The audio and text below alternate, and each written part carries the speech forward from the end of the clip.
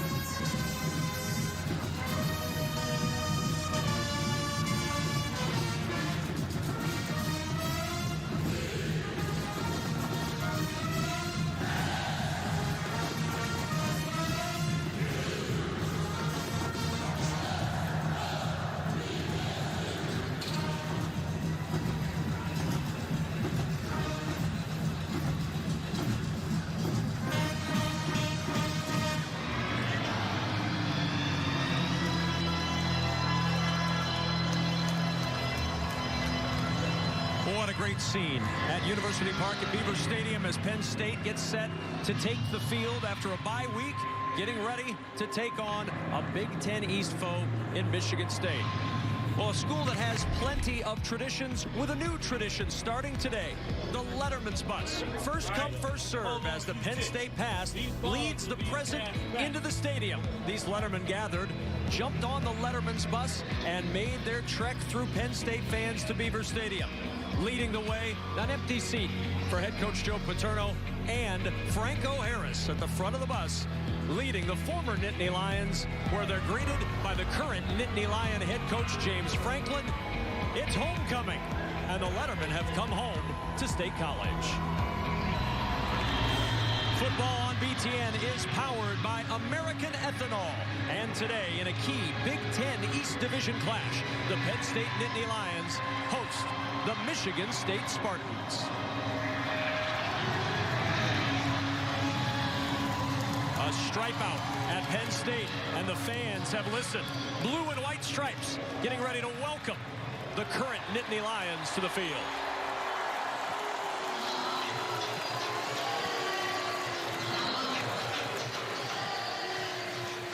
And the Nittany Lions just starting to get close to that closed door to make their way out, where tens of thousands of fans wait their arrival and await the opportunity to see if Penn State can get back on the winning track this afternoon.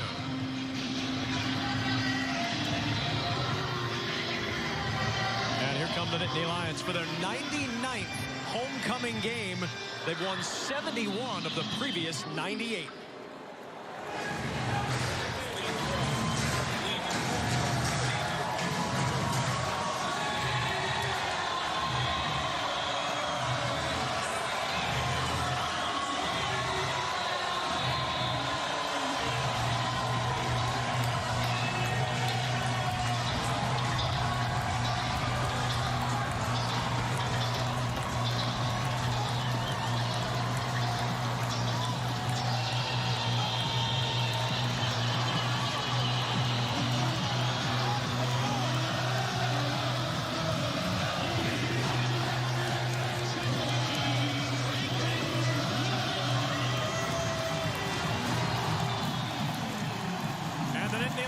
Run out in front of a crowd that's averaged second in all of college football this year, averaging over 107,000 in this building to watch their Nittany Lions play football.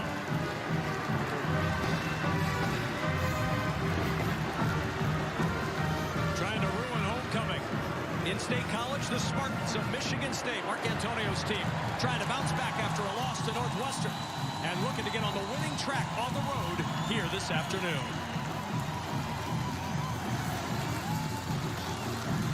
Such a critical game when you look at the Big Ten East Division standings. Ohio State winning earlier today. Michigan playing tonight against Wisconsin. Both of those teams unbeaten. With one loss in the division already, a second loss might be too many to consider yourself a contender in the division. Alongside former Ohio State linebacker James Laurinaitis, I'm Kevin Kugler. Welcome inside Beaver Stadium for what we think will be a really good showdown. And James, a very critical showdown. Is it safe to say that this is an elimination game in the division? Yeah, well, both these teams are coming off disappointing home losses. The last time that they played at their home stadiums. Look, each head coach right now has said to their team, at the beginning of the season, we said winning a Big Ten championship was our goal.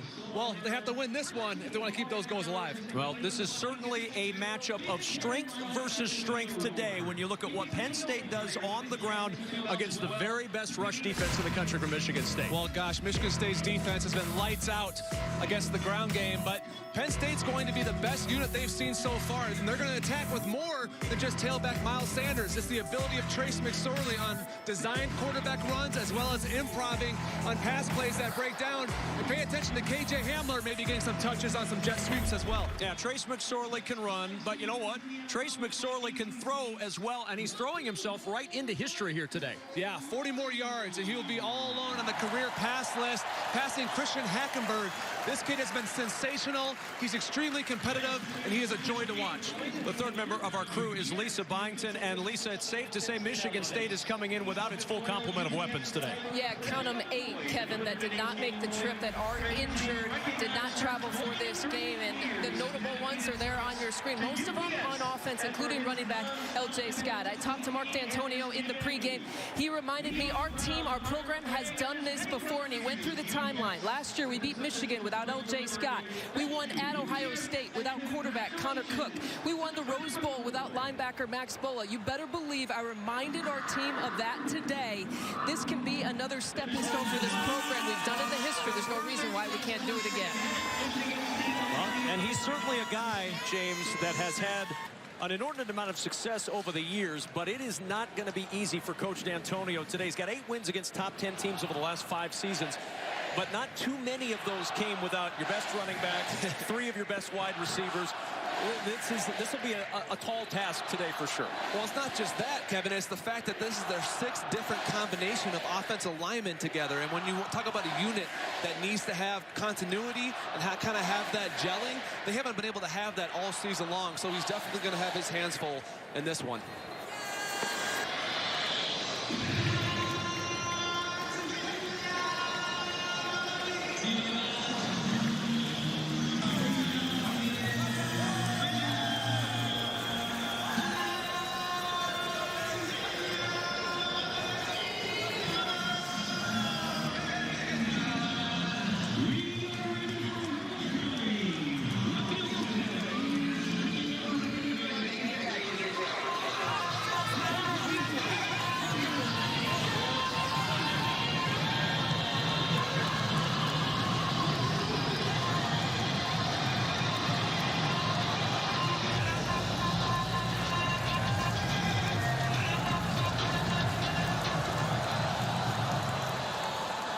Michigan State, after Penn State won the toss and elected to defer, Michigan State gets the football first. And the Spartans making their way out onto the field with Brian Lewerke at the helm. And can Brian Lewerke have the game today that he did against Penn State last year? If he does, Michigan State can have a similar result to last year, which was a win. 400 yards last season, 2 touchdowns, 1 interception against the Nittany Lions. It was a crushing blow to Penn State's chances last year when Michigan State won in that game delayed over 3 hours by weather in East Lansing. In front of Lewerke, the 6th different offensive line combination in 6 games. And on first down, the carry for Hayward going nowhere. And James, this run game of Michigan State is going to be something to watch all game long. Can they get anything going? Yeah, and talking to Dave Warner, their offensive coordinator, and also Mark D'Antonio, they always have a goal to come out and get 35, 40 attempts on the ground. They're extremely successful when they're able to reach that 40 carry mark. However, they've struggled so far this season.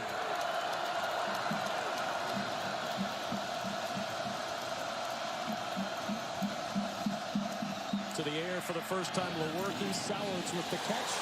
And down just shy of the 30 in the arms of Nick Scott. Take a look at today's Auto Owners Insurance Impact players, James. Yeah, well, look, when you're at Michigan State, you got to start to test these guys on the outside. You have to test the Nittany Lions corners. That's Felton Davis. He's the main man on the outside. Matt Allen, that name sounds familiar. Jack and Brian, both here at Michigan State. Defensively, it's going to be John Reed and Amani Oruwariye. These guys have to hold up. I expect Michigan State to try to drop back and challenge these corners for Penn State this afternoon. 4 receivers on 3rd and 5. Sowards in motion for Michigan State. Lewerke on the roll. And that's a first down. Complete to Cam Chambers to the 40-yard line. That's a really nice job by Brian Lewerke of having patience there, Kevin. When you're rolling to your left, that's a tough throw for a quarterback to throw it back almost across his body. He waited for that opening there and able to connect with Chambers. Chambers had 5 catches for 82 yards a week ago, kind of his coming out party last week. As the first grab of the day today to get a big first down for Michigan State. Here's Hayward, a little crease, and Hayward with a good, strong first down run across the 47. Garrett Taylor on the tackle for Penn State. And that's what they're going to need from Connor Hayward. You see him right there running through tackles. Kevin, when we were on the phone with Dave Warner, he said that we just need him to break some tackles. Sometimes on run plays, guys will be unblocked, and you have to run through those arm tackles. Really nice job on a tough physical run by Connor Hayward.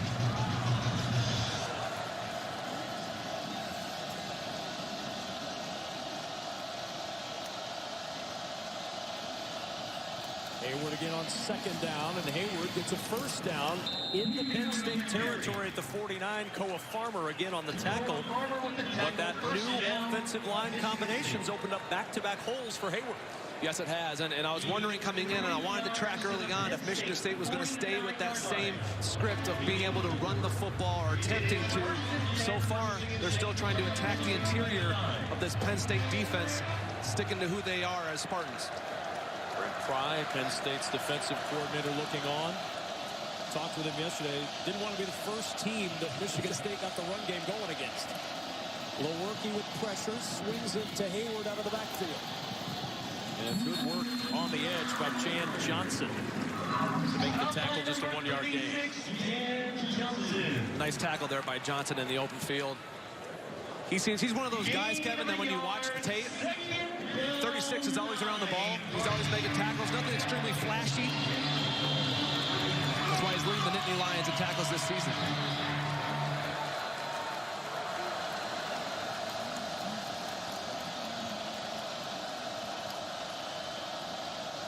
Second down and 9. 4-man pressure. Looking for Davis, and Felton Davis covered by Tariq Castro-Fields. All right, James, first big challenge for Brian Lewerke on this drive, a 3rd and 9. Yeah, well, Brian Lewerke, Kevin, should be thankful that was a missed throw there because Castro-Fields sat on that route. These are the situations, though, when you're on the road, you want to avoid 3rd and 9. And the reason being, Kev, this crowd's getting into it. You can hear it right now, and as a quarterback and an offensive line, it makes communication difficult.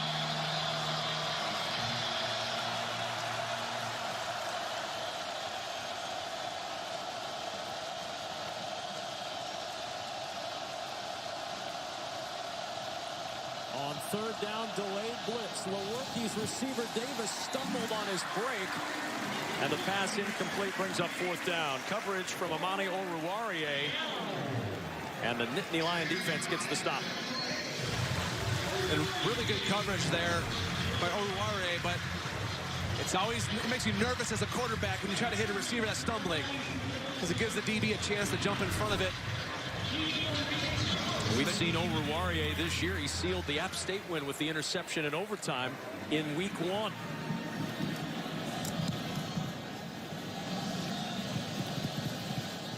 And the punt just creeping into the end zone for the touchback. And the Nittany Lion offense, after the 48-yard punt, making its way onto the field for the first time. We'll see Trace McSorley and the Nittany Lions next.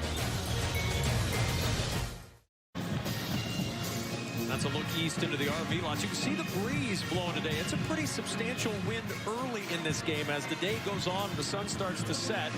We're expecting that wind to lessen, but right now, breezes could be a factor as we get back underway with the offense of Penn State and Trace McSorley and company.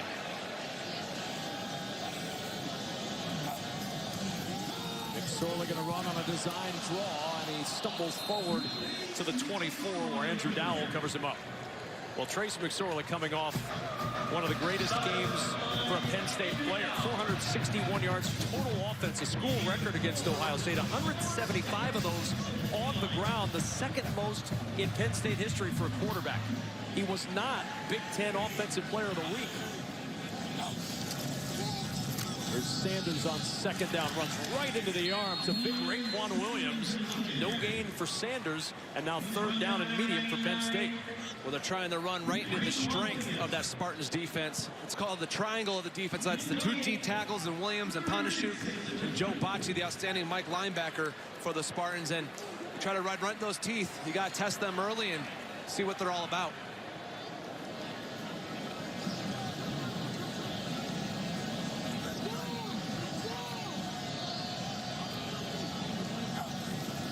Third and 6, pressure coming.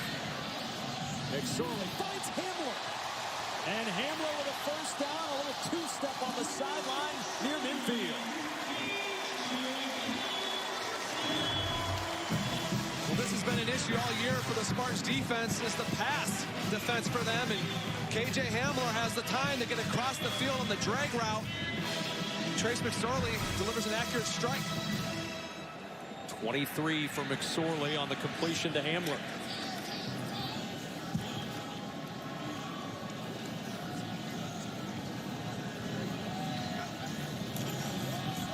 Miles Sanders with a hole and a spin, just tripped up by Justin Lane. And today's Auto Owners Insurance impact players on this side of the ball, James. Well, look, if you're Penn State, you're going to need a big day out of Miles Sanders. And KJ Hamler, we've already seen him in action. He can do multiple things: return game, receiving, running, everything. Joe Bocci and Mike Panashuk on the interior of the Spartan defense are two of the three of that triangle I mentioned earlier before. On second down, McSorley to the air again, caught by Brandon Pope, and Pope down near the 33-yard line. Joe Bocci on the stop, and Trace McSorley creeping ever closer to history. Told you that he needed to get to 40 yards to become Penn State's all-time passing leader, passing Christian Hackenberg. He is knocking on the door just 4 yards away.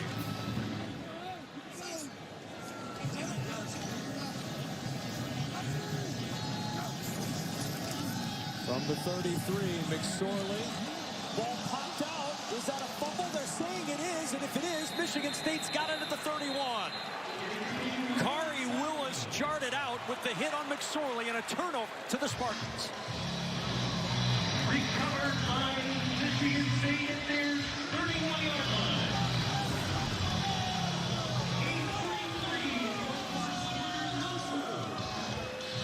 Tariq Thompson under there to get that football, and a huge turnover. Michigan State stops the Nittany Lions. James Laurinaitis, Michigan State defensive coordinator Mike Tressel said they've been inconsistent creating pressure without scheming for it. How'd they do it? Yeah, well, I want you to look at number 93 right here, big Naquan Jones, and also number 27, Kari Willis. Jones gets the pressure up the middle, and when you play an active quarterback, you have to make him step up. Willis with the nice forced fumble there. Good stuff for the Spartans. Ladarius Jefferson in at running back. Lewerke to throw on first down. Floats it to the sideline with a tight end, Matt Dotson, able to pull it down.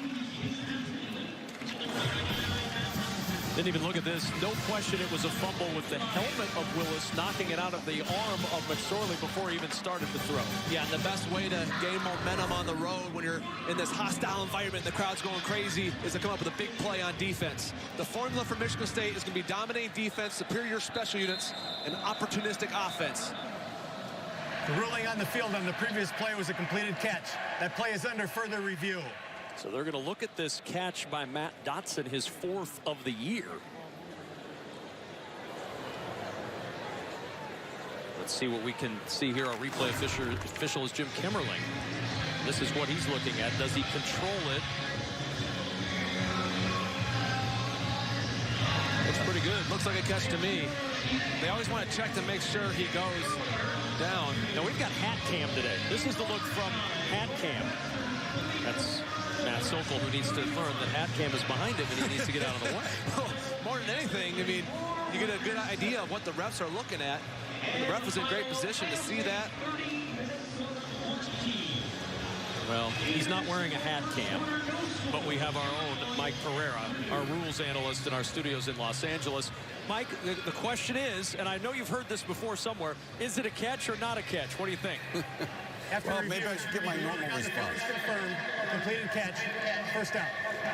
My normal response might be I'm really not sure, but in this case I really was sure. You know, he got a foot down and then he did not make a football move. He went right to the ground, so he had to hold on to it. But he had control when he hit the ground, then rolled over still with control and maintained that control. So it was clearly a catch. No, Mike Pereira, good to hear from you. Thanks. We'll check in again.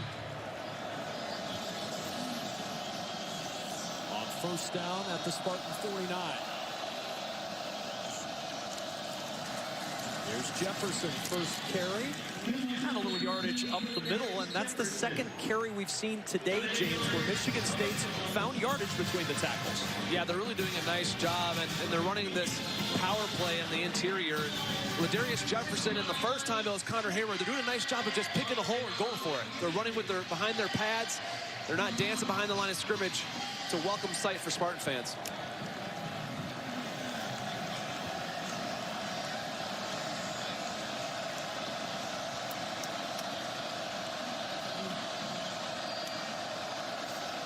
On 2nd and 5, Jefferson smacked in the backfield by Sharif Miller. As we check in for the first time in Chicago, an update with Mike Ball. Kev, drama between Northwestern and Nebraska. In overtime on 4th and 1, the Huskers do not kick a field goal. Instead, throw the ball to the end zone, and it's picked. Northwestern answers with Charlie Kubonder, their backup kicker, who wins the game 34-31 in OT. Nebraska now 0-6 on the season. First time in the history of Nebraska football that they have been 0-6. We've got the Huskers next week against the Gophers on BTN, trying to get that elusive first win. Gophers fell today to Ohio State. Lewerke to the air, too tall, looking for Sowards at the 35-yard line, and the Spartans will have to punt it away. Well, he had a chance there because Sowards had gotten inside leverage on John Reed. He just let it sail a little bit. This one from Hat Cam. Hat cam gives us awesome on-the-field vision here of the game. Lewerke just had that sail on him.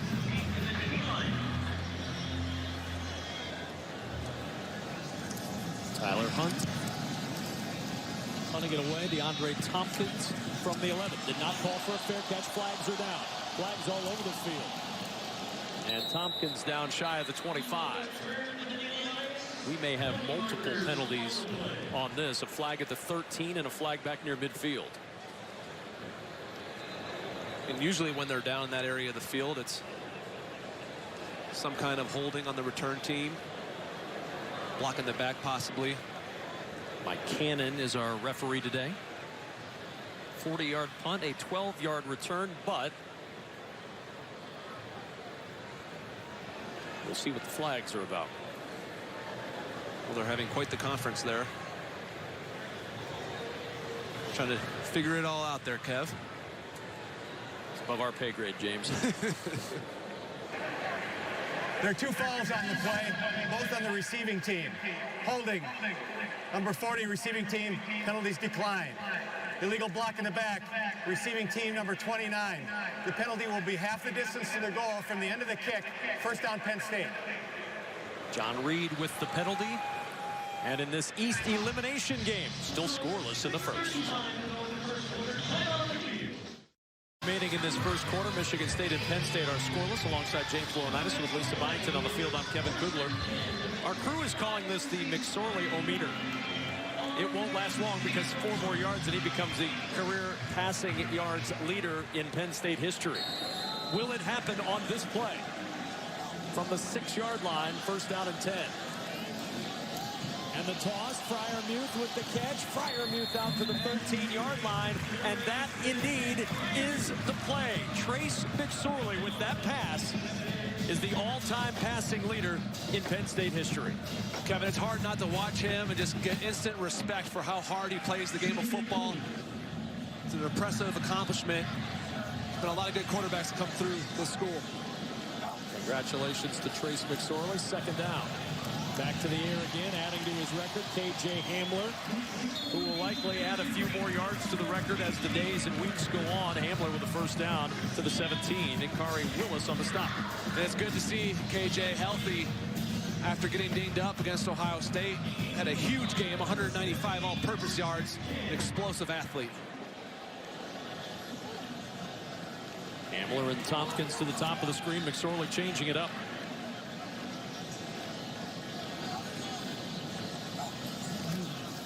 And it's Sanders with a gaping hole.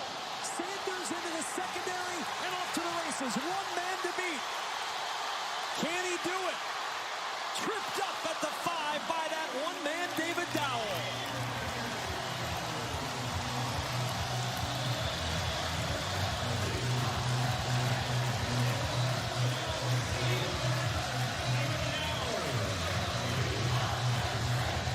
And what a run, what a hole. What looked like one of those RPOs. He decides to give it when you notice that the A-gap is wide open. And Miles Sanders was off to the races. First run of 20 or more against that #1 rushing defense all year. That one went 78 yards. They held Northwestern last week to 8 yards rushing. Sanders gets 78 on 1 play. McSorley to the end zone. Hamler touchdown.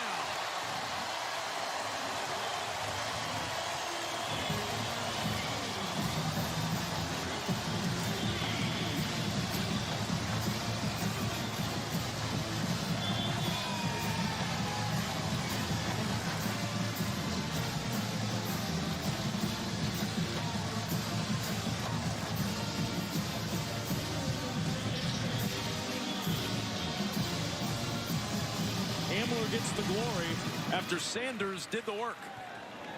And Penn State capping a quick 4-play, 94-yard drive with the touchdown.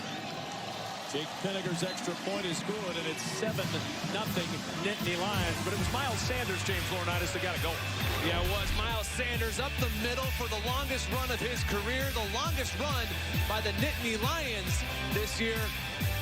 And then what do? You get the linebackers all antsy. Stop the run, play action pass over the middle, touchdown, Nittany Lions.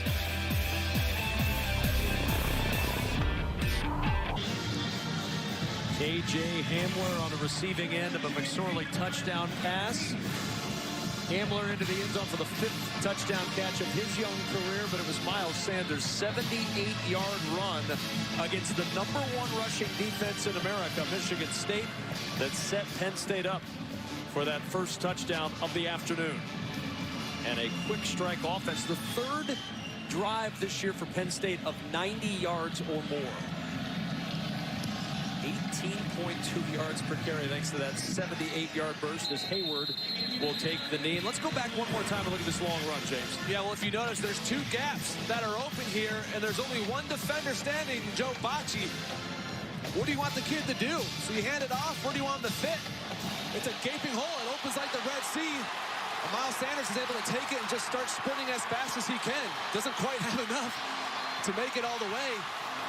But I promise you, as a defensive coordinator, you don't draw up defenses to where you only have 1 guy off the ball and 2 open gaps for him to fill in. So now work for Brian Lewerke to do. Down 7-0. Starting at their 25 with Ladarius Jefferson in at running back. Lewerke, Davis with his first catch, and Felton Davis with a 1st down. Let's check in with Mike Hall. Kevin, the only other Big Ten game happening right now is Purdue-Illinois, the battle for the Cannon Trophy. A.J. Bush, the Illini QB, starts things off with a 5-yard run, but the answer comes from David Blau. That's his name. That name again is David Blau. Finding Isaac Zico for a 5-yard score. We're tied up at 7 halfway through the first. David Block, that's his name. That name of it. Sorry. Simpsons times. Thanks a lot, Mike Paul. 1st and 10. Jefferson turning forward to the 39-yard line. A pickup of a pair. Robert Windsor on the tackles. We check in with Lisa Byington. A lot of attention being given to Michigan State center Matt Allen. The last couple of timeouts when this offense have been on the sideline. Coaching staff telling him you have to be loud, you have to be loud, you have to be clear and definitive. Mark Staten, the offensive line coach, has said Matt Allen has started to show a little bit more of his personality since he has become a starter. As you guys have mentioned, this is the 6th straight game, a 6th different starting lineup for this offensive line. Matt Allen's got to be one of those leaders for this offense to have success today. No question. He has to be. Here comes pressure up the middle against that offensive line. Looking for Davis. Underthrown. He makes the adjustment but can't get the foot down.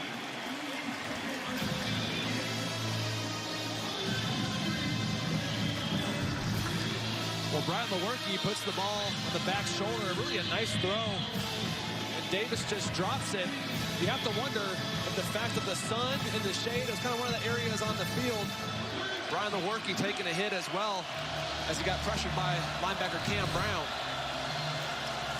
Talk about a specimen, Cam Brown, 6'5", 223. How about that height and length?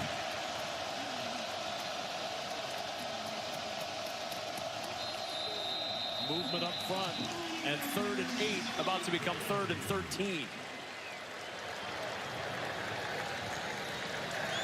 False start. Offense. Number 70. 5-yard penalty. 3rd down. Tyler Higbee with the full start. Next Saturday, BTN Tailgate heads to Madison as Dave, Jerry, Howard, Spice, and Michelle set the scene for an exciting day in the Big Ten. It's BTN Tailgate presented by TIAA. Next Saturday, 10 a.m. Eastern, right here on BTN. This is not where you want to be right now if you're the Spartans. 3rd and long. Defensive coordinator Brent Pry has every play at his disposal. Davis at the top of the screen for Michigan State.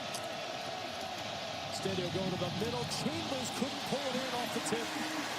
He had a shot at it, but Cam Chambers just couldn't snare it, and it's 4th down. And that's back-to-back drops now by Michigan State wide receivers.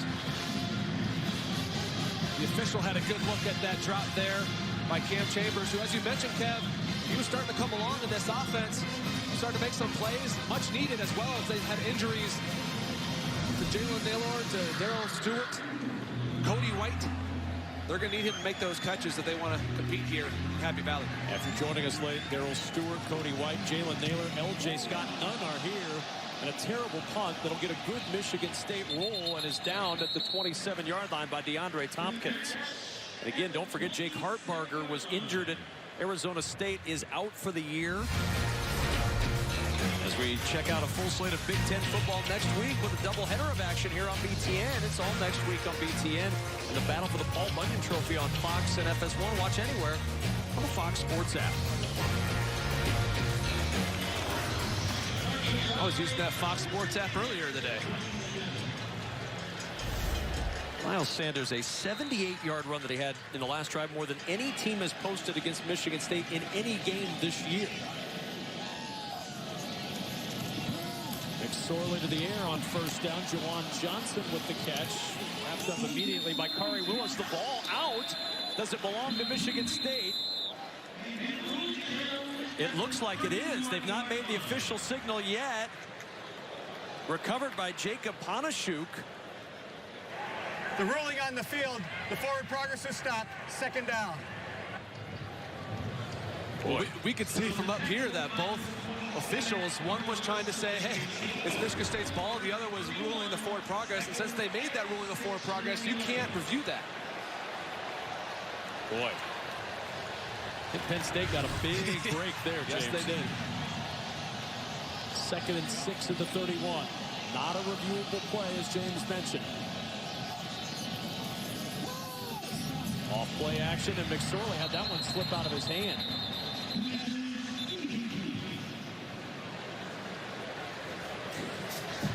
This is not going to go on the Trace McSorley highlight reel.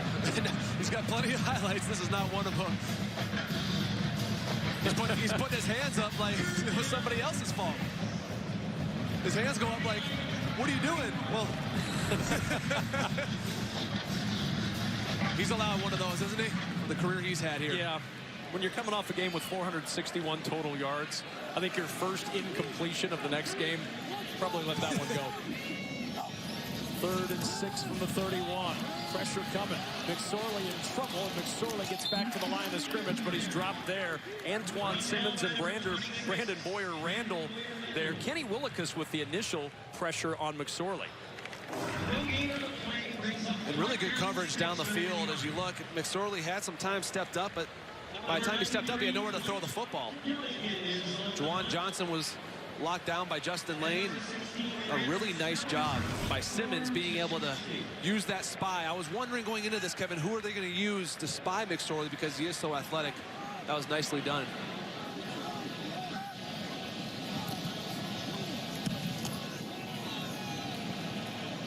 Punt Sowards from the 20, trying to get around the edge. Sowards making a couple of men miss and is down just shy of the 30-yard line. Jonathan Sutherland on the tackle and a flag down late. 50-yard punt and a 10-yard return.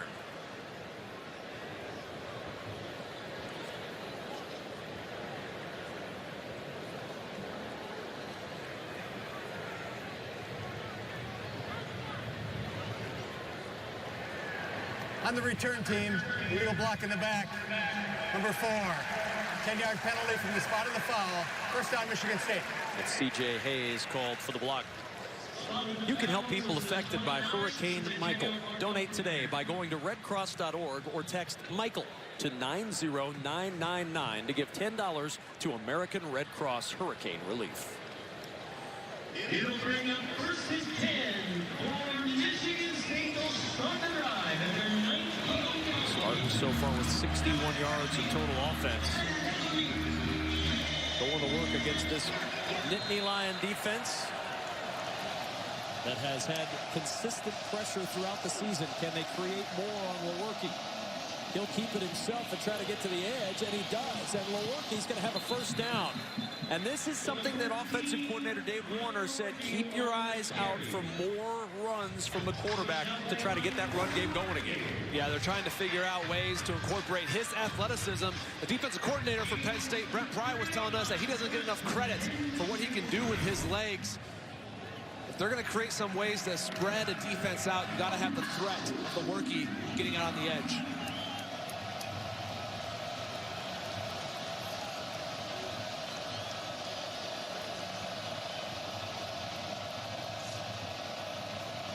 Hayward on first down. And Hayward with 4, Koa Farmer with the tackle. And from sitting in those meeting rooms all those years, Kevin, as a defender, you want to say, hey, we want to keep teams under 4 yards of rush. It kind of keeps you ahead of the chains defensively, and vice versa for an offense, right? They want to get more than 4. If you're able to get 4 a carry, that really opens up a lot of that play action pass game for Dave Warner and this Michigan State offense. Right now, 3.9 yards per carry for Michigan State, James.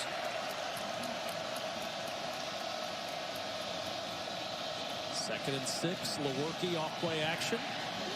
And Lewerke with a little miscommunication. Sowards, the intended receiver. The receiver went one place, ball went the other. Yeah, and, you know, if you're Brian Lewerke, you've had multiple different receivers playing because of the injuries that you have on the outside. A lot of times they're going to assume that the veteran quarterback was the one that had that right. But a lot of times those route adjustments on the fly can be tough for young wide receivers.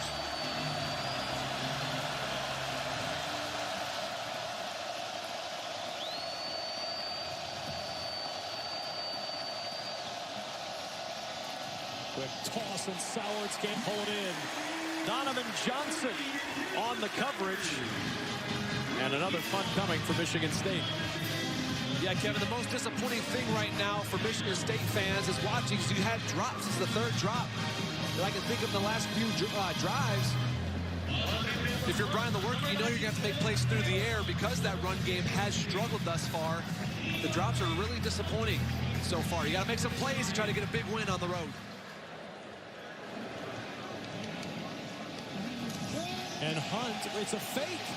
And going the other way is Hayward.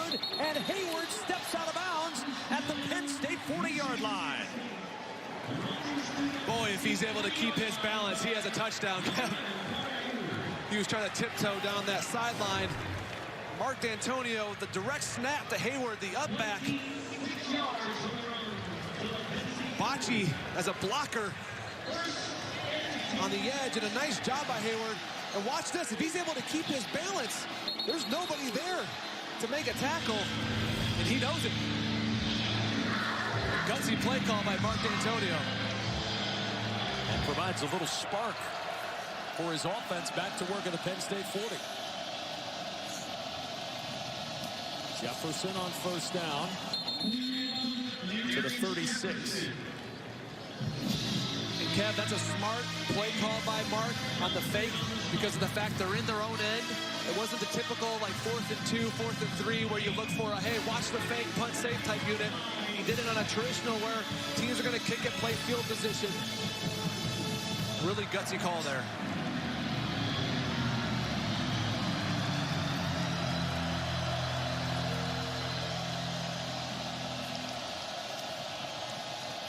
And now Hayward going to throw.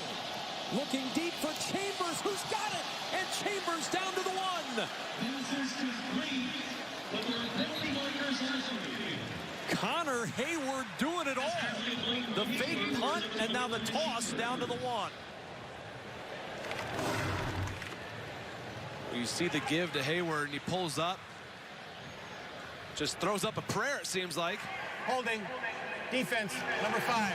Penalties declined. Result of the play, first down. Tariq Castro Fields with the hold, and it's 1st and goal, Spartans. Well, you see the tug on the jersey right there as he's trying to get separation. There's a little hand fighting on both sides. But anytime that ref, you see it right now in his cam, when he sees any jersey of the offensive player, he's going to throw a flag for holding. And really a nice job by Chambers, who got on him earlier for the drop. A really nice job adjusting to that football. And that is the end of the first quarter. Penn State with a 7-0 lead, but the Spartans a yard away from tying it up. 7-0 Penn State, start of the second quarter at Beaver Stadium alongside James Laurinaitis with Lisa Byington on the field. I'm Kevin Kugler. Spartans trying to punch one in from the 1-yard line and get this game tied up early in the second quarter. And it's been Brian Lewerke stepping aside for Connor Hayward on this drive. It was a Hayward run on a fake punt and then a Hayward pass to get it down to the 1-yard line.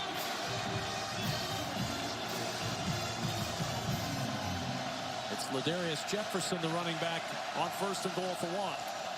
And it's Jefferson who gets the carry, and it's Jefferson driving to the goal line, and he's stopped just short by Micah Parsons. And I know for Mark D'Antonio, he really wants to be able to run this football into the end zone. Did he get the ball across? Doesn't look like it now. Yeah, his knee was down prior.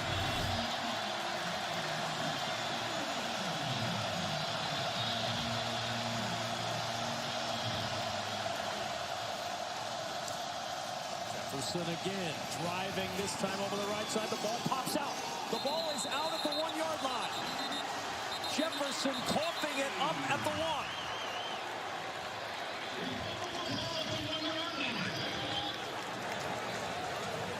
And now it's a matter of unstacking the pile. And it's Michigan State ball. What a break for the Spartans. Well, Michigan State runs the same play, 2 plays in a row. Power to the top of your screen. There's the ball out. Yep. Boy. Michigan State very fortunate to get that ball back. Now, Kevin, that's 2 plays in a row. You try to run power from the 1-yard line. A week ago, Michigan State on a 4th and 1 tries to get a big conversion for the game. They end up being stopped on a similar play call. You got to be able to get a yard if you're a power football team. They'll try with a sneak. I don't think he got any, didn't. And now a flag in behind the play. The flag thrown in the end zone as he's stacked up inside the 1.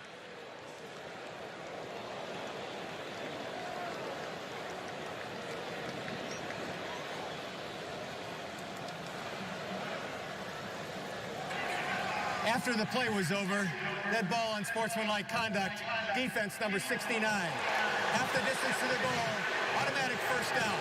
That's C.J. Thorpe, who moved over from the offensive line to the defensive line after the Illinois game. And James Franklin aggressively counseling his young defensive lineman. Well, you can see him on the ground right here. Probably upset that he got put on his behind. You can't swing at a player after the play, and against Michigan State, a first down. Jefferson will try again. A flag down in the end zone as Jefferson turns and churns for the touchdown.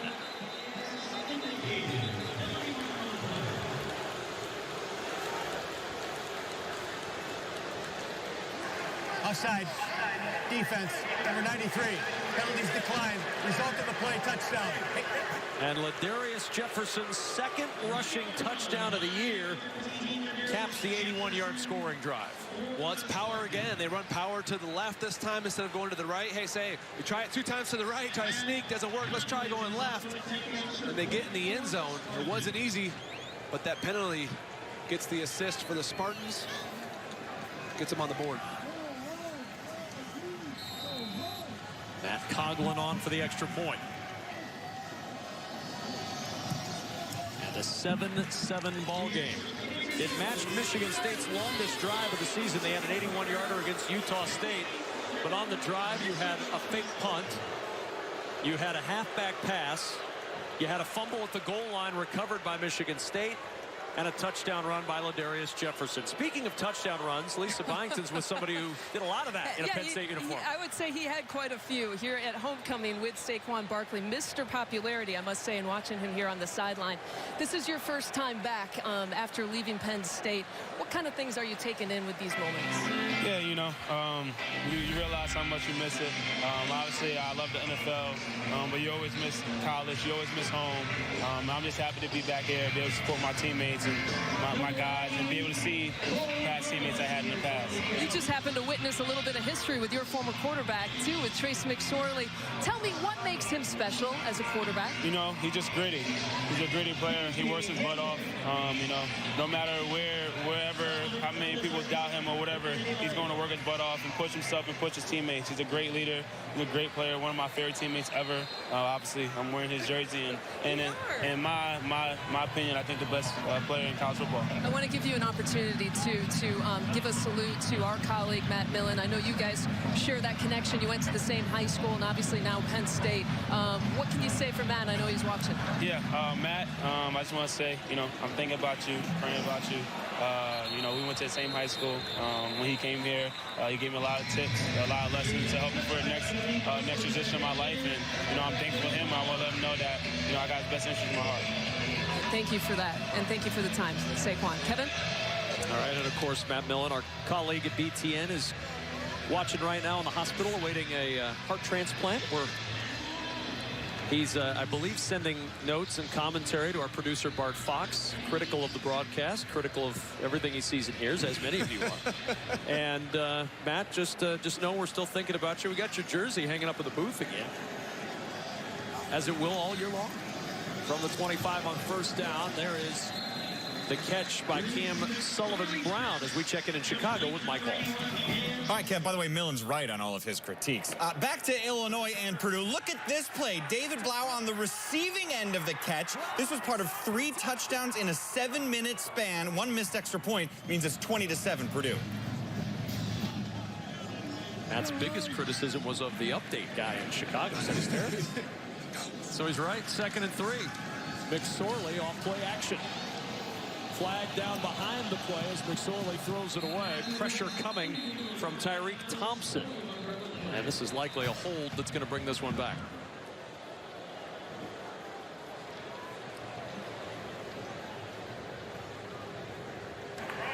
Holding. Offense, number 66. 10-yard penalty from the previous spot. Remains 2nd down. Connor McGovern. Well, Connor McGovern has his arms wrapped around him. Right there, it looked like Kenny Willekes trying to split a double team between McGovern and Will Freeze. But look, You cannot put your arm around a defensive football player. If you do that, you will get caught every single time. Dead giveaway. Will Fries, excuse me, and Connor McGovern. Ricky Slade in at running back, the freshman with a carry. And Slade, nice juke move, just got tripped up at the 30-yard line by Justin Lane. He might have had a first down if Lane wasn't able to grab that ankle. If you're going to play corner and Mark D'Antonio, Mike Tressel's defense, you have to be able to be physical and tackle on the perimeter. Really nicely done by Justin Lane. 3rd down and 5 for McSorley and the Nittany Lions.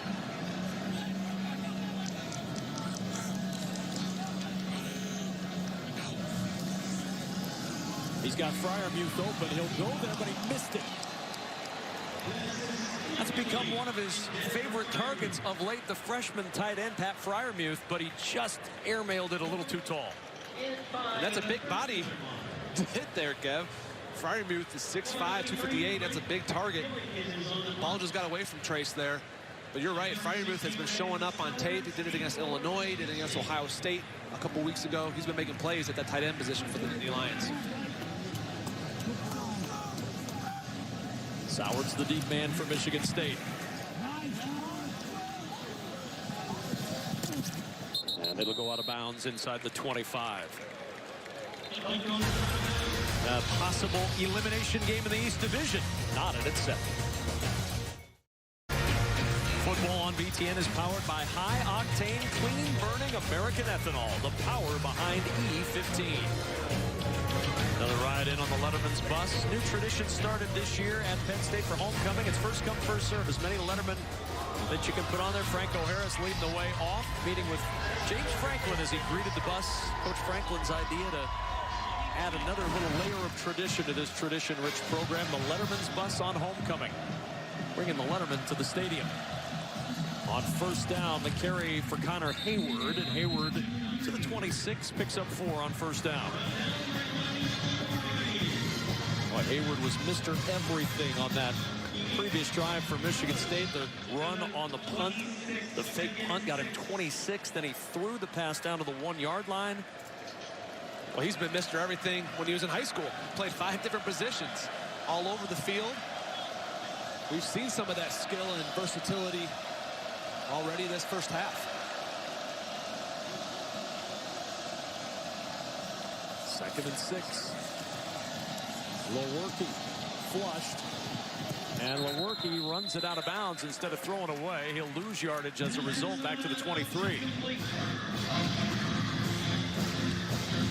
Brian Lewerke needs to make a quicker decision there, Kevin. I know he has his eyes down the field, but when you have the speed that he does, and you have a big defensive tackle chasing you, big Kevin Gibbons showing his athleticism from that D-tackle spot. But if you make a quicker decision to turn the Jets on, you can turn that corner and get a gain instead of a loss.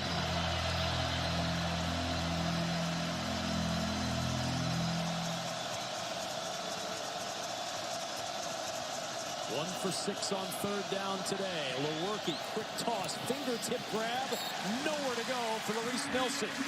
Donovan Johnson the reason why, and it's 4th down. Lewerke had plenty of time to step up in the pocket and to make this throw. Problem was on the drag route way before the 1st down marker. Nice tackle by Penn State. Good job getting the ball back.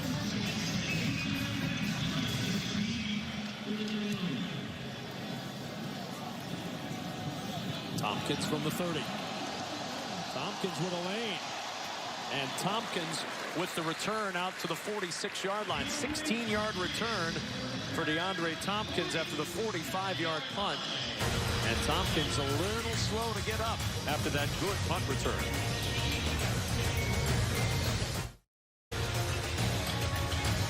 So much tradition tonight on BTN. It's a top 10 volleyball showdown from Rec Hall in Happy Valley as the Nittany Lions square off with the defending national champion Huskers. Big Ten volleyball powered by American Ethanol. Tonight, 8 Eastern, right here on BTN and the Fox Sports app. It's quiet right now in Rec Hall, but I promise you, tonight at 8 Eastern, it will be anything but quiet. That is a heavyweight bout tonight. False start. Offense for 84. 5-yard penalty. First down. Jawan Johnson moving early. 1st and 15 for Penn State, enjoying their best starting field position of the afternoon. I think our own Lisa Byington is going to that volleyball game tonight. I didn't know she was allowed to go to volleyball and not work it. I believe she's just going as a fan. And up the middle, Miles Sanders. Nice cut, just tripped up at the 49-yard line. Is that true, Lisa? You're allowed to go to events as a fan and not actually work them? Yeah, you know, I went last night as to the hockey game. I picked up my annual creamery stop as well, and I'm going to watch a little volleyball here tonight. You know, the interesting thing about that match, you talk about the top 10 matchup, as much success as this Penn State volleyball team has had, half of the team has not beaten Nebraska, and the other half has not even played Nebraska. So that's kind of interesting here going into tonight between those two teams. Well, Russ Rose, the head coach of Penn State, many moons ago, spent a little time in Lincoln. Now, of course, John Cook, the head coach of the Huskers, has had Nebraska volleyball at or near the top almost every year with just two terrific programs. That match tonight on BTN. 3rd down and 3.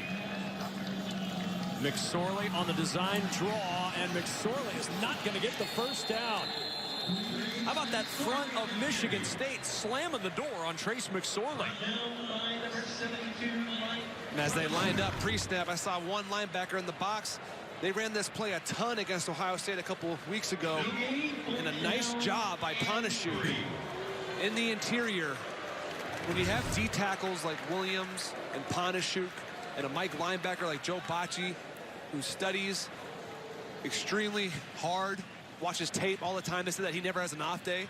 He's in there asking for film review before they even have it done. Really well done, nicely executed by those three. Raekwon Williams shed 2 blockers to throw off that play, and then Panashuk finished it off. Excellent work all the way around by Michigan State as the punt bounces into the end zone for the touchback.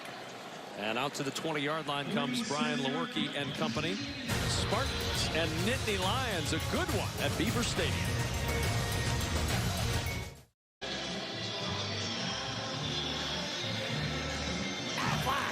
Now let's test your knowledge with today's Aflac game trivia. How many Big Ten coaches have 6 10-win seasons on their resume?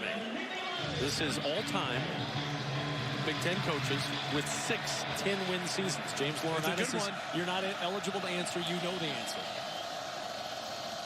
On 1st down, a little room up the middle again for Ladarius Jefferson. Out to the 26, a pickup of 6. What about this game so far surprises you, James? Well, I think on both sides for Michigan State, their ability to get 4 or 5 yards on 1st down has to really be a relief for Dave Warner as a play caller. You have a lot of options now on 2nd medium. And then defensively, their ability to bottle up Trace McSorley, with the exception of the one long run, they've done a pretty good job in that area. Jefferson the single back with Sokol in motion. On 2nd down, the toss play to Jefferson, trying to get the edge, and he won't get there. Good work by John Reed, who came up from his corner spot to make the tackle, and it's 3rd and 4. Really nice job. To be able to diagnose that fast on the perimeter, as John Reed did, jumped inside the wide receiver, did not have, look up here. He's going to jump inside, and Soward make a nice tackle. Good form tackle on Darius Jefferson. It's a luxury when you have guys on the outside that can tackle like that and get involved in the run game. 0 for their last 6 on 3rd down. Lewerke on the rollout, incomplete. Again, it's Reed. Again, it's Sowards. And again, Reed gets the better of the Spartan offense. Again, Brian Lewerke is fortunate that this ball wasn't returned for a touchdown, because John Reed had the jump on him. And John Reed was going for it. You can see his arms out. He's trying to get that pick. And Soward's body just gets in the way. Interesting to continue to roll Lewerke out to the left. That's a couple times we've seen that for a right-handed quarterback. Hamler awaiting the punt. Good punt this time from Tyler Hunt. And Hamler with a fair catch at the 36-yard line. 6:51 to go first half. Still all knotted up. Early in the game, Trace McSorley put another line in the record book with his name on it, becoming the all-time passing yardage leader at Penn State. He holds the records for pass yards, touchdown passes, total offense, touchdowns responsible for, rushing touchdowns, and 200 and 300-yard passing games. All that said, going against the defense that has really struggled to defend the pass, only 63 passing yards in the first half for this Penn State offense. Remember, Michigan State allows over 300 yards per game through the air. McSorley will go to the air, and he finds his tight end, Nick Bowers, who's tripped up at the 41-yard line. So that begs the question, James Laurinaitis, why has Penn State not been able to get it going through the air early on? Well, I think some of that you have to give credit to Michigan State's defense and the fact that they're playing their receivers extremely tough. He hasn't had areas to go with the football. And also maybe the wind's playing into it a little bit. It was gusting earlier on in the first quarter. That definitely has to come into play and try to pass it. On 2nd and 5, McSorley on the keep, trying to find room up the middle, and he runs right into the arms of Raekwon Williams after a yard on the ground. Well, what you're seeing here is they're seeing a prepared Michigan State defense. They've seen these plays from a couple weeks ago. They know about Trace McSorley and his ability to just eat up yards on the ground. But when you have two big D tackles playing the way that they are for Michigan State, it makes life easy as a D coordinator. Mike Tressel. 3 receivers to the bottom of the screen. Johnson to the top. 3rd and 4. McSorley has it open up. He's going to run, and McSorley's got the first down. David Dowell with the tackle, but not before McSorley moves the chains. And here's where he can hurt you. Everyone gets up the field on the rush. He finds his seam. Can make you pay.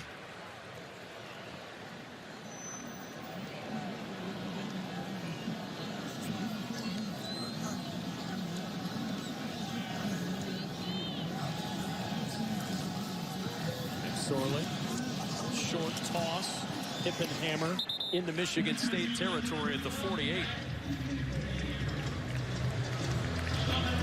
Mike Tressel that time bringing 5, trying to get one-on-ones on the line, and a nice tackle by Andrew Dowell on the outside. How about that family? His twin brother plays safety. Younger brother's a freshman in the secondary. You got 3 scholarships in one family. Makes the family happy. McSorley draw play Sanders. Steps through a tackle. Breaks a second. Breaks a third. Sanders with a cut. And Sanders on the run. Got a block. Oh, what a touchdown run for Miles Sanders.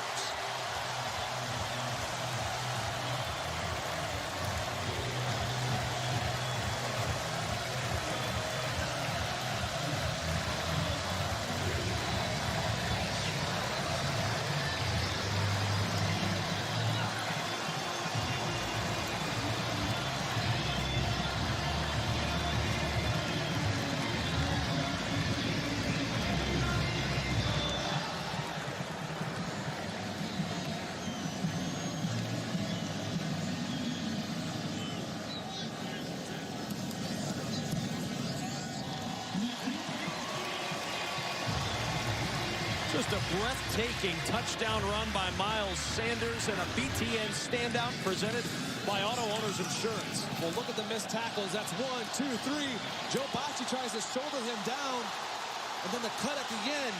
Miles Sanders showing his physicality to get into the end zone. Physicality and athleticism with the juke. What an impressive touchdown run by Miles Sanders. Now let's take a look at this message from ZipRecruiter, the smartest way to hire and the official hiring partner of the Big Ten Conference. Some job boards give you tons of the wrong resumes. That's not smart. Then there's smart. ZipRecruiter finds people with the right skills, education, and experience for your job and actively invites them to apply, so you get qualified candidates fast. That's why ZipRecruiter is rated #1 by employers in the U.S. ZipRecruiter, the official hiring partner of the Big Ten Conference. Try it for free at ZipRecruiter.com/Big Ten.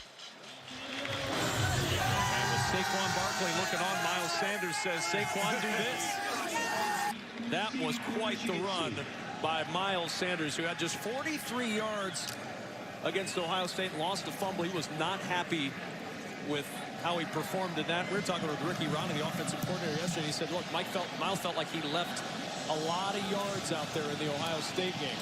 He's found those yards today against the top rushing defense in America, Michigan State.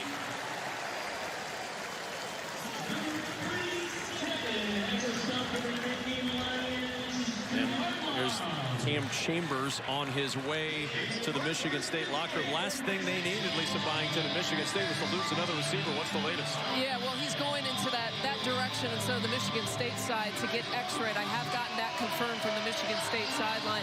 A right thumb is the issue for Cam Chambers. They tried to tape it up. He actually caught a couple passes from Brian Lewerke. Initially, I think they gave him a thumbs up, and then they changed their mind, obviously. No Cody White, no Jalen Naylor, no Darrell Stewart, and now no Cam Chambers. And the injury woes continue for Michigan State as Lewerke looking for somebody to throw to. Can't get it to Davis. And again, they rolled the right-hand quarterback to the left side, at least the third time today, James, that we've seen that. Yeah, and the thinking is you have the ball on the right hash. So you have all the field over here, more space for your wide receivers. But that's a tough throw for any quarterback to make. Quite honestly, that time, Kev, he put the ball, wasn't in perfect placement, but a receiver of the caliber of Felton Davis, you expect to go down and make that catch. Lewerke just 6 of 15 for 46 yards. And 1 for his last 7. 2nd and 10. Tried to dump it short, couldn't get it to Weston Bridges. And now 3rd and 10. Timeout for injured player. Fred Hansard down for Penn State. We'll take a quick 30-second timeout. I hate to see this. Redshirt freshman Fred Hansard really favoring that leg as he makes his way to the sideline. Right in the middle of your screen. Oof. Gosh. On the right-hand side here, right there. You see that foot get stuck in the ground as his body's getting pushed backwards, walking very gingerly out the field. And now it's 3rd and 10, Kevin. This crowd's going to get into it down here in the student section. Lewerke has to back up. And Lewerke has to throw it away. Again, 4 of his best receivers are not on the field. 3 are not here. With the flag down, we'll see if the drive stays alive or if the punt team's coming on, and it is the punt team. But wait, Lewerke's trying to signal to the punt team he's to get off sending the punt team off the field, yeah.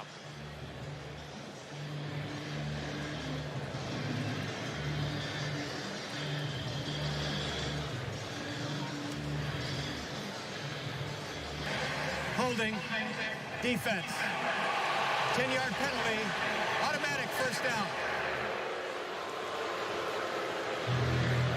Was it Cam Brown over there on that sideline, James? Look on the right side there. Well, let's look on the right side of the screen. See if this is Cam Brown.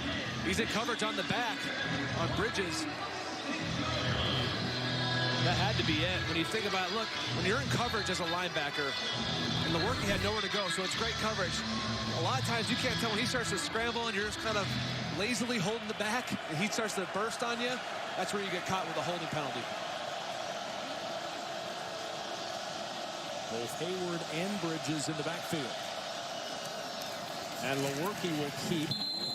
Down he goes at the 27. Shane Simmons out there to make the stop. Shane Simmons.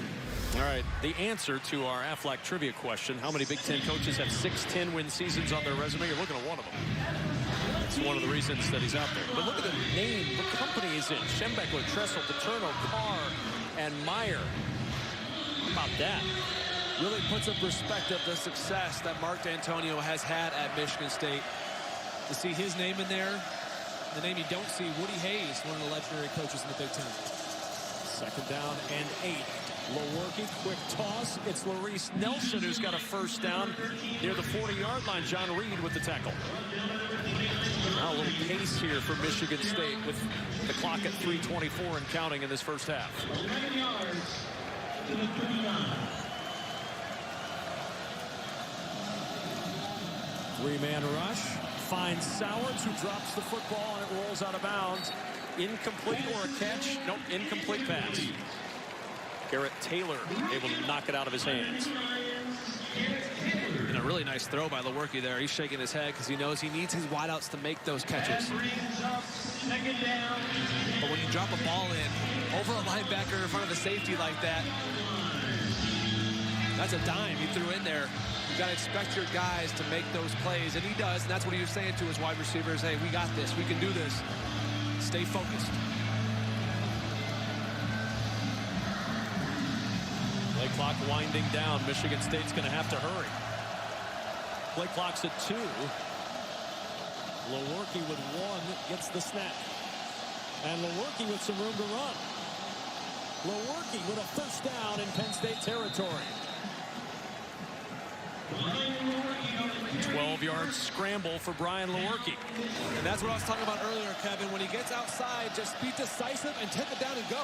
You see the speed to be able to get around Sharif Miller. Changes the ball in his hands and slides to avoid the hit. But he has the speed when he just decides to. When he gets in trouble sometimes is when he's trying to kind of that indecision of should I throw it, should I run it? Nice quick decision that time by Lewerke. Most effective runner of the day for Michigan State. Lewerke into all kinds of traffic. Look at all the blue jerseys around Sowards as he tried to fit it in amidst 3 of them. Taylor, Scott, Lewerke, all lurking. I mean, you look at all the guys around him. There's trusting your arm. Then there's being reckless. That time, very fortunate that Garrett Taylor didn't turn around and just try to go for the football instead of playing the man.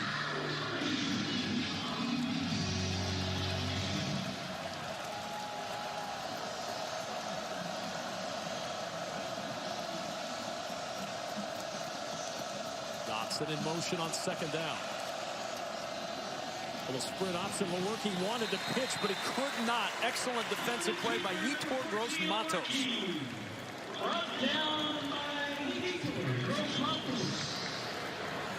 Penn State, James, doesn't look like they're wanting to use a timeout here. They're going to let this thing run on 3rd and 12. You like the decision? I think right now you take a timeout after this 3rd down play. You get the stop. But they've gotten their explosive plays through the ground. Maybe James Franklin is thinking to themselves, we haven't really gotten the chunks in the air that you typically get when you're under 2 minutes for a 2-minute drill.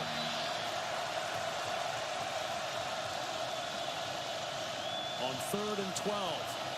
Lewerke under heat. Lewerke in trouble, and it's Gross-Matos again. The pass incomplete, intended for Sowards, but the pressure from Gross-Matos throwing off the play and bringing up 4th down.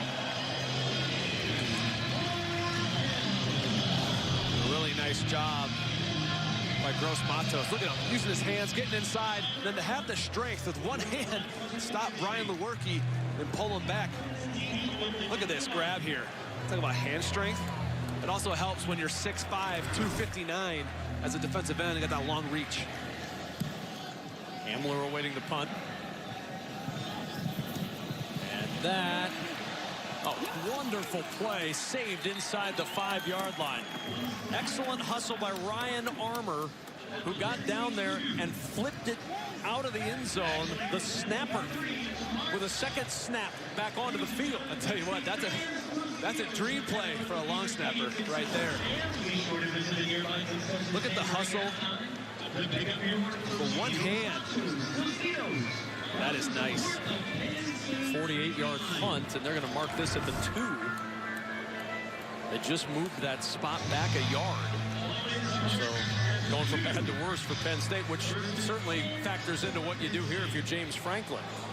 Well, Mark D'Antonio as well, Kevin. You have an opportunity with 3 timeouts yourself and great field position if you're able to get a 3 and out. McSorley, a little sidearm pass. Fryermuth with the catch, stays inbounds. Good tackle by Kari Willis. I'm surprised he hasn't used the timeout. If you're able to stop him 3 and out and a good punt return and you have a chance for a field goal.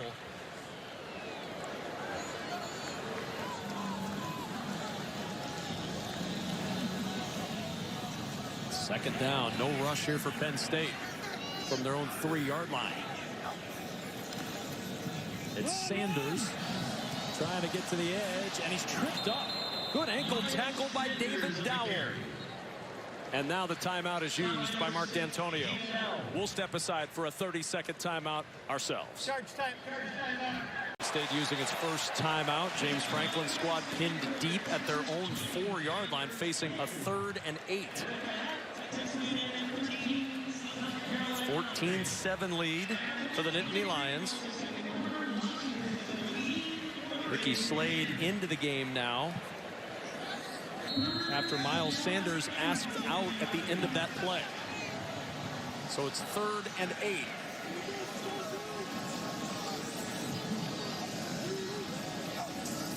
McSorley from the end zone with time. Off Hamler's fingertips and incomplete.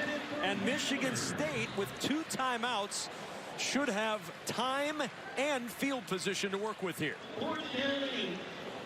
I like the play call. I like the idea to trust your quarterback to make a play on 3rd down and really delivered a nice ball to KJ Hamler.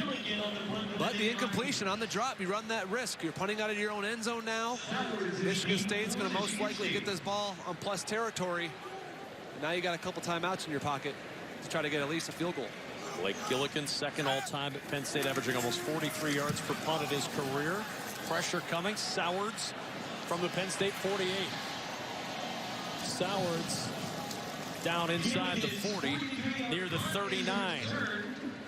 And the Spartans, their offense has come with some trick plays, including this fake punt. Yeah, the fake punt, direct snap to Connor Hayward. He's able to take it. He could have tiptoed in bounds. He would have got it. But then, you know what? He becomes the quarterback on the next play. Delivers a dime to Cam Chambers. And then finally, one of these power football plays. It just took him 4 times, 4 attempts to get in. But the most important thing is they do for the touchdown. And now you have an opportunity. 2 timeouts, great field position to head into halftime with some momentum.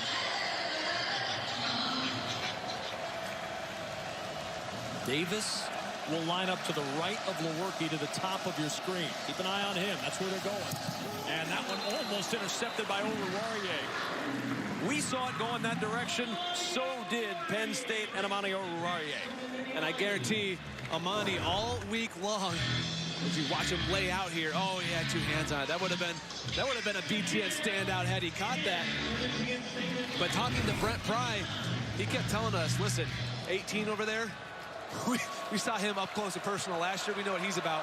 And I guarantee Oruwariye was challenged all week long in practice. 21 scrimmage plays this year for Felton Davis of 10 yards or more, but they've held him in check today. 2nd and 10. Lewerke with pressure coming, and he's sacked. Sharif Miller's 4th sack of the year.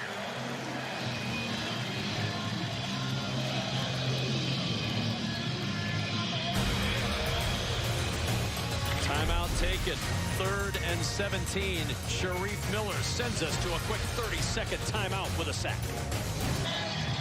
Michigan State, the 46-yard line of Penn State. If you're thinking field goal range, Mark D'Antonio telling us this week, good from 50 yards in is where he would trust Matt Coughlin, so they're going to need a little bit more yardage before Coughlin would come out, especially with the wind. Lewerke hoping to keep this one going on 3rd and 17. And Lewerke just going to run it. And Lewerke out of bounds at the Penn State 39, ushered out by Donovan Johnson. Not enough yardage to really give Coughlin a legitimate shot here. By my judgment of these flags at the top of the stadium, looks like he'll be kicking into it. And they'll bring on the punt team and Tyler Hunt instead.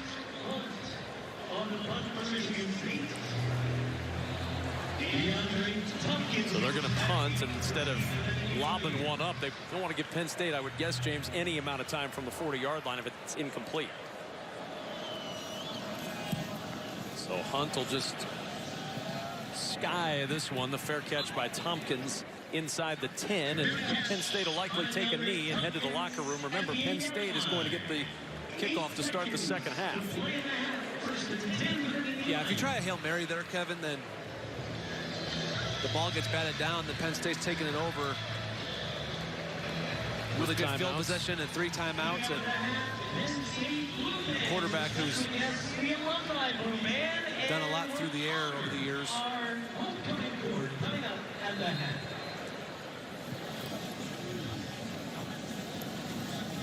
And there's the knee by McSorley, and that will end the first half here in Happy Valley. Good first half. Penn State and Michigan State in this East Division potential elimination game. And the Nittany Lions take the touchdown lead into the locker room, 14-7. Really a typical physical battle between these two. Surprising at the ability of Penn State to run the football and the explosiveness of their ground game. Miles Sanders displaying 2 explosive runs, the one touchdown, the other one 70-plus yards. 146 yards for Miles Sanders at the end of the first half, with Penn State up 14-7. Big Ten halftime report after these messages.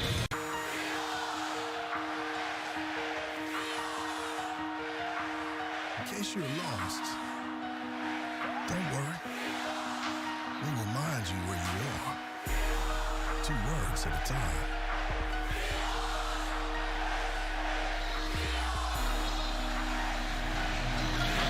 Another great crowd here this afternoon. The stripe out, blue and white sections alternating at Beaver Stadium. We welcome you back inside for the start of third quarter.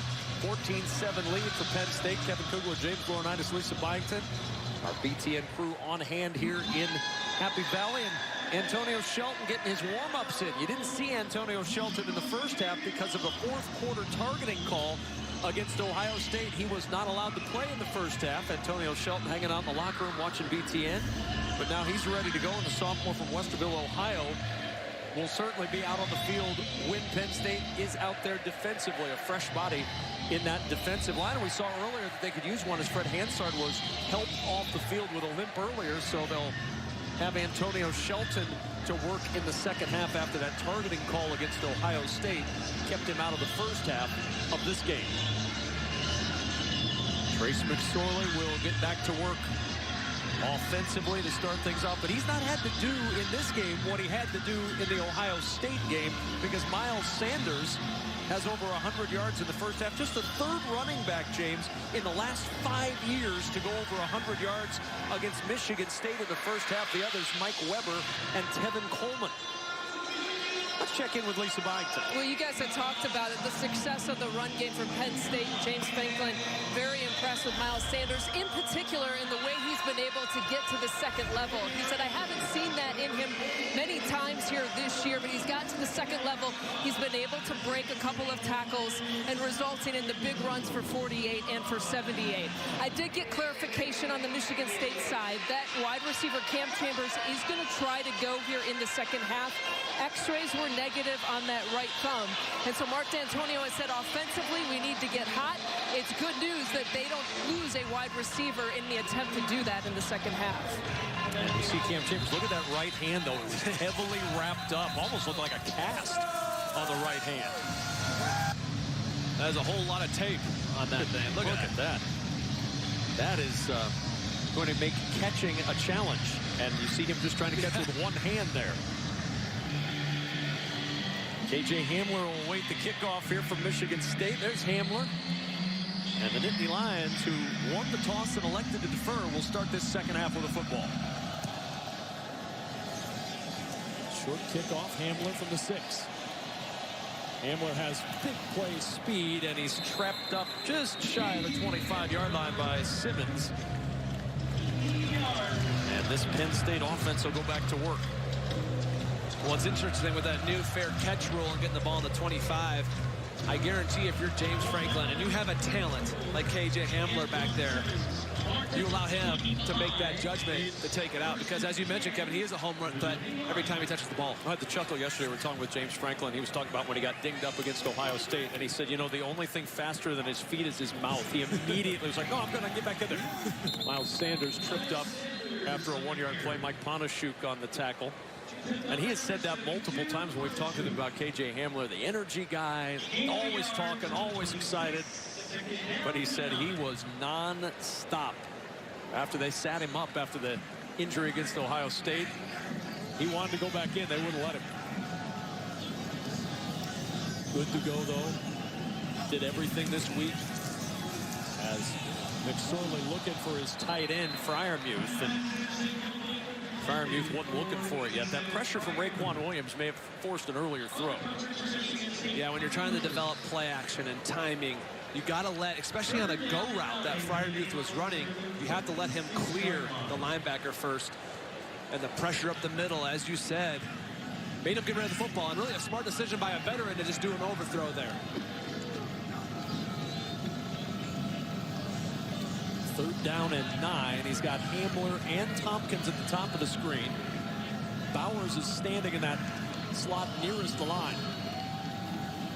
And McSorley flushed in some trouble. McSorley with a little fake trying to buy some time, but didn't get the first down. Joe Bocci runs him out along with David Dowell. A look at it from Hat Cam. Well, I tell you what Trace McSorley does. You know who else does this in the National Football League now is Baker Mayfield. But they do the pump fake even when they've crossed the line of scrimmage, because defensive players a lot of times don't really know where that yard marker is. You're just thinking, I got to defend this, and so they get the defender off his feet there. Pretty impressive to get David Dowell up in the air trying to get some extra yardage. Boy, but if you're Mark Antonio, you've got to be thrilled with the way your defense hemmed him up and held Penn State to a 3-and-out to start this second half. Sowards at the 29, and he'll go nowhere. Boy, that is some fantastic coverage from Nick Scott. Next week, a full slate of Big Ten football comes your way with a doubleheader of action here on BTN. It's all next week on BTN, plus the battle for the Paul Bunyan Trophy on Fox. Action on FS1, and you can watch anywhere on the Fox Sports app.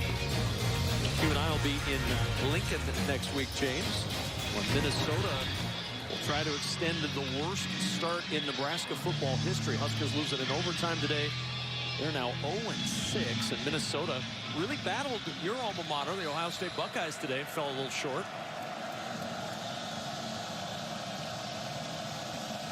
From the 26 on first down, Lewerke to the air, and there's Chambers with the catch, and Chambers has a first down.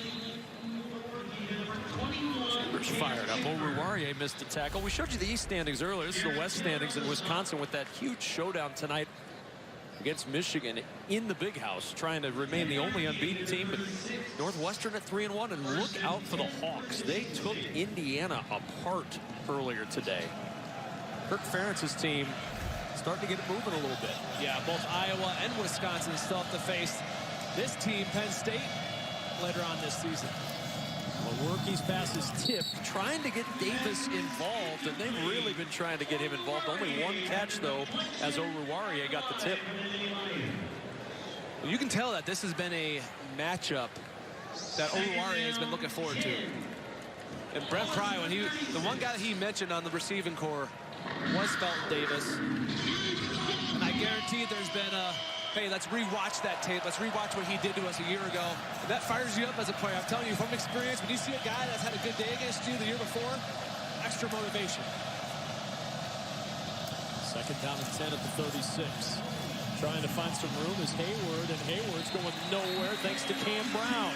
Boy, penetration early from Gross Matos really threw that play off. Yeah, and you can tell right now with this ground game, the mixing of the offensive linemen, and also talking to offensive coordinator Dave Warner, he said, you know, you really kind of took for granted L.J. Scott's ability to make people miss in the hole after he was watching, prepping from last year's football game. Right now, they need a guy like Connor Hayward or Ladarius Jefferson to start kind of creating and making plays. 3rd down and 12 at the 34. Five-man pressure. Lewerke throws. He's got his man open. It's Nelson, and Nelson with a first down to midfield. Johnson and Wade finally bring him down 16 yards later, but it's a Michigan State first down. Their first conversion on third down since the first third down of the day.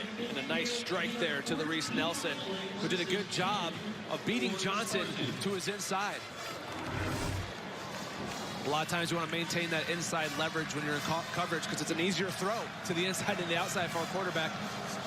Lewerke being patient and finding the space in the defense. They were 1 for 10 on third down in that first half. And now from midfield with Hayward in the backfield. And it's Hayward with the carry.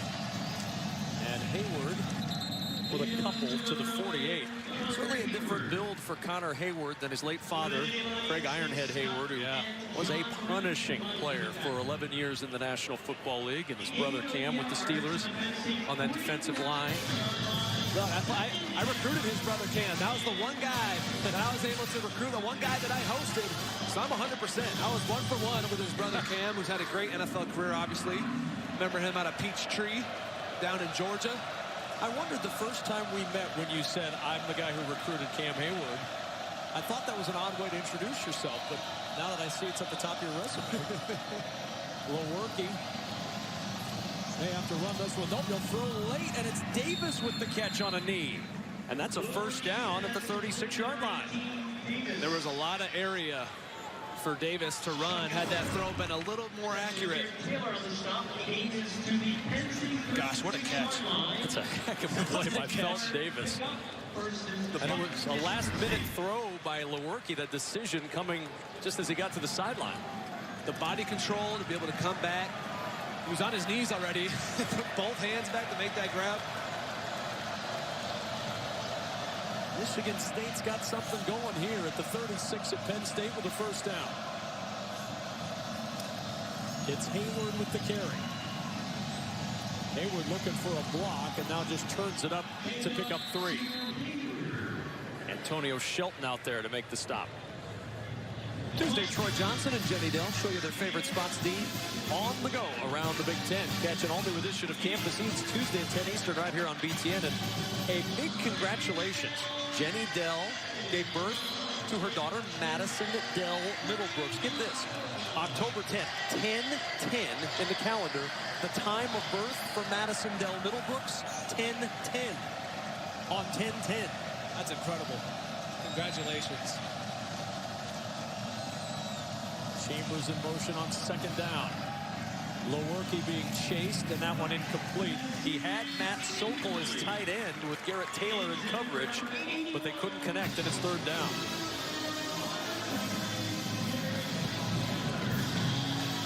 I happened to run into Sokol's parents this morning with producer Mark Fox. We were sitting there having a lovely breakfast, and Mom and Dad came by and wished them luck, and basically said we hope for no more injuries for Michigan State going into this ball game. Both of his parents, incidentally, athletes in the Army. 3rd and 7. Lewerke. Cam Chambers deflected and intercepted by Garrett Taylor. Taylor tripped up at the 40-yard line by Cole Chewins, but the deflection off the wrapped hand of Cam Chambers right into the hands of Garrett Taylor.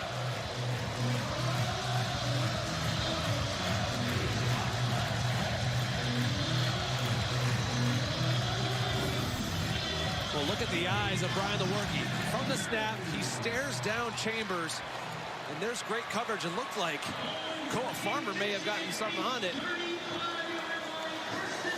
But if you look at Chambers, he's looking back, and it does go off that right hand that looks more like a pre-wrapped boxer.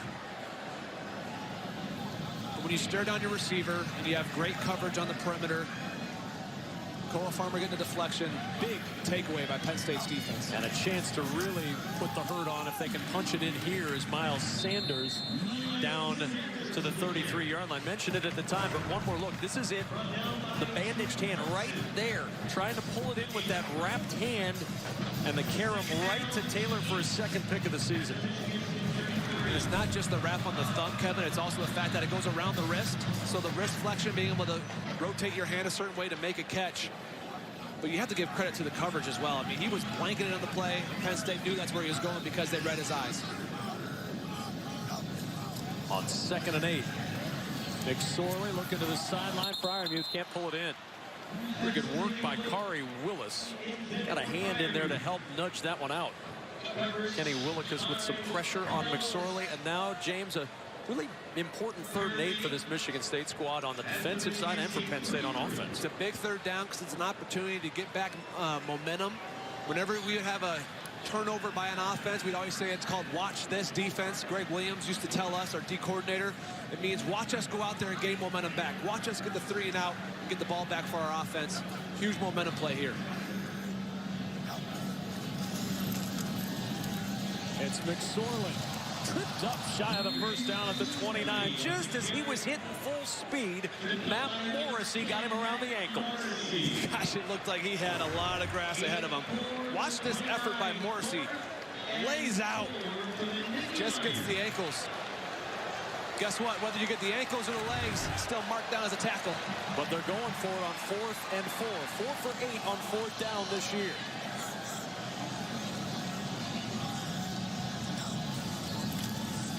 Protection for McSorley.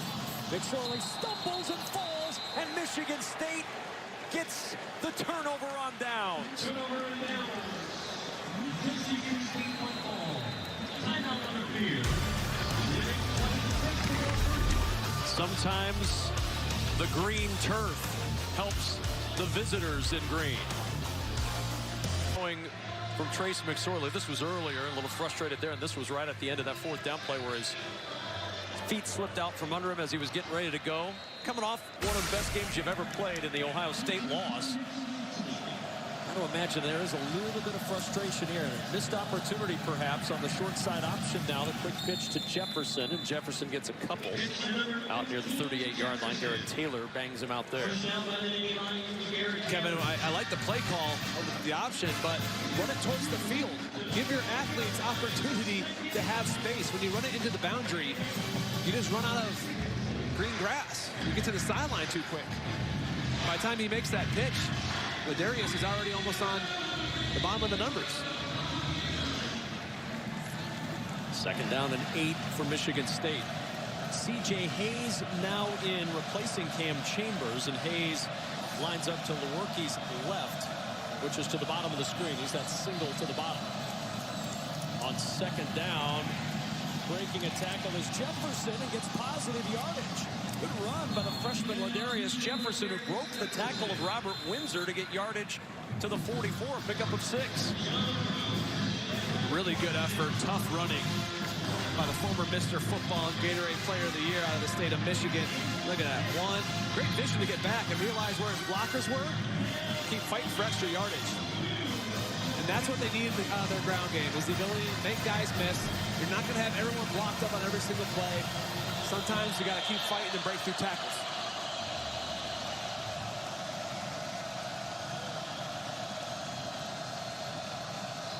Third and 2. Lewerke, flag down, and Lewerke's down, short of the 1st down. About a yard shy. Oruwariye over to listen in on the flag. He doesn't seem to be happy with what he heard. Holding defense, number 54. 10-yard penalty from the end of the run results in a 1st down. That's Robert Windsor, James, called for the hold. Well, you'll see him right here, 54 lined up over the center. Matt Allen. I'll tell you what, I wish when I played, the referees may. I tell you what, if I was out there right now as a linebacker, I'd be letting the ref hear it. I'm just telling you, with how much the offensive line holds, you're going to call that on our guys. You defensive guys. You, Millen, the linebackers are all the same. Lewerke, open, caught, down the sideline and out of bounds near the 20 is Matt Sokol. 25 yards. Reed finally catching up with the big tight end. Well, you see him there, and Reed lets him go as if someone else is out there to pick him up. A nice job looking that football in. Great concentration. Extends his 6'6" frame to make that catch. He's a guy that they love in East Lansing. Dave Warner telling us he's one of those guys that does everything right. You can depend on him. First down from the 20 off play action.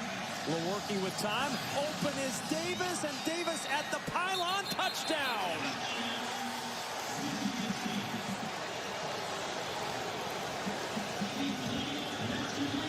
McPherson slipped on the turf, and a drive that started with a slip on 4th down ends with a slip in coverage.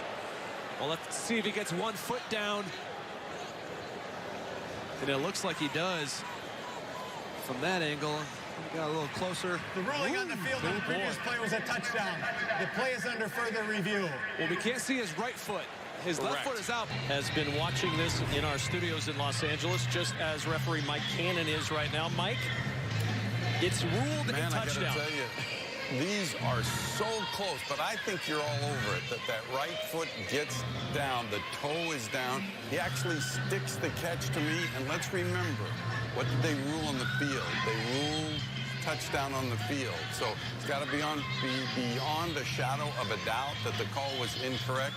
And I think you have enough here to stay with the call and leave it as a touchdown.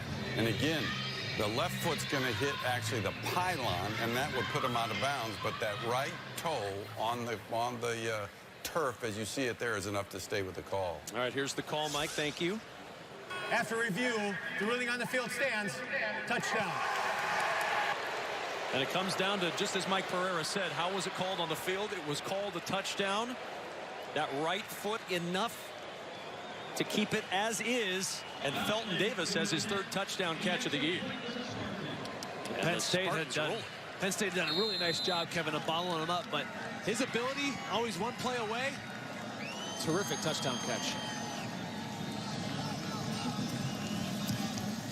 And the extra point is good with a flag down on the extra point.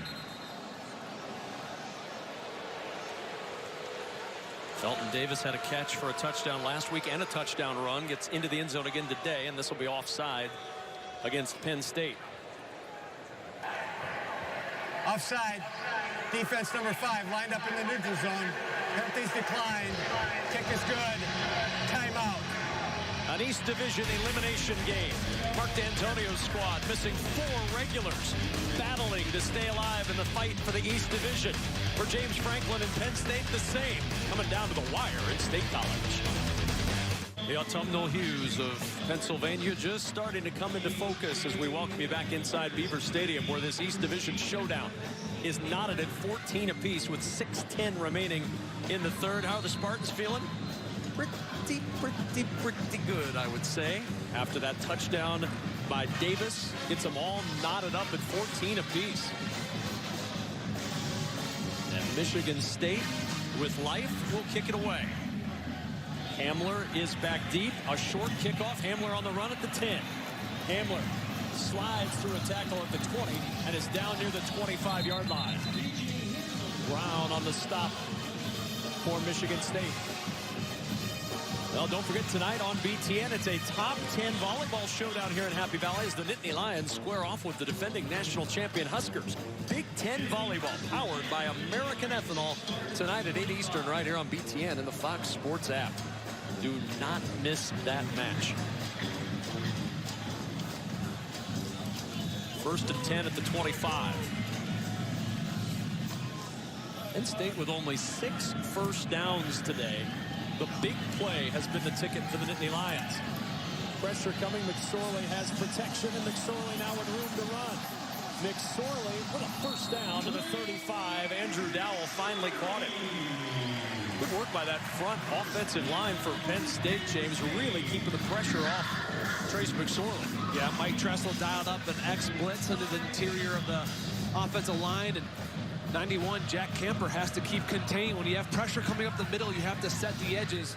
McSorley, too athletic, getting around the corner.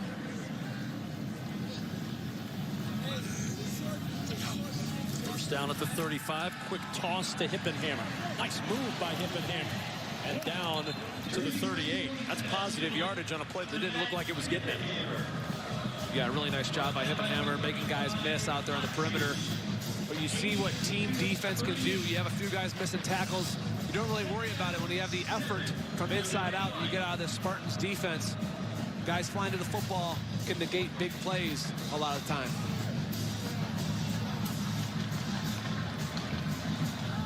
Only 75 yards through the air today for Penn State. Hard to believe against a team in Michigan State that's given up over 300 per game. The big plays have come on the ground against the #1 rush defense. Here's McSorley to the air to his tight end, and Bowers able to keep his balance for another yard or so, but he's down at the 42, shy of the first down, and the hat cam had this one all the way. Here comes Bowers, and there is the view from hat cam. You get some pretty cool views from those two officials helping us out with the hat cams. Up close and personal action there for you, Kevin. Now a 3rd and 3. Michigan State trying to get up close and personal with Trace McSorley on this 3rd down. 4-man rush. McSorley looking deep. And McSorley overthrew DeAndre Tompkins. Shakur Brown on the coverage. And the Nittany Lions are turned away once more. And that's back-to-back stops by the Spartan defense. If you remember the turnover by Lewerke, they were able to rise up, come up with the big stop. That leads for some momentum for the Spartans to go down and score. And then again, Maurice Nelson waiting. Penn State 0 for 4 on their last 4 third down attempts. Michigan State defense getting it done right now.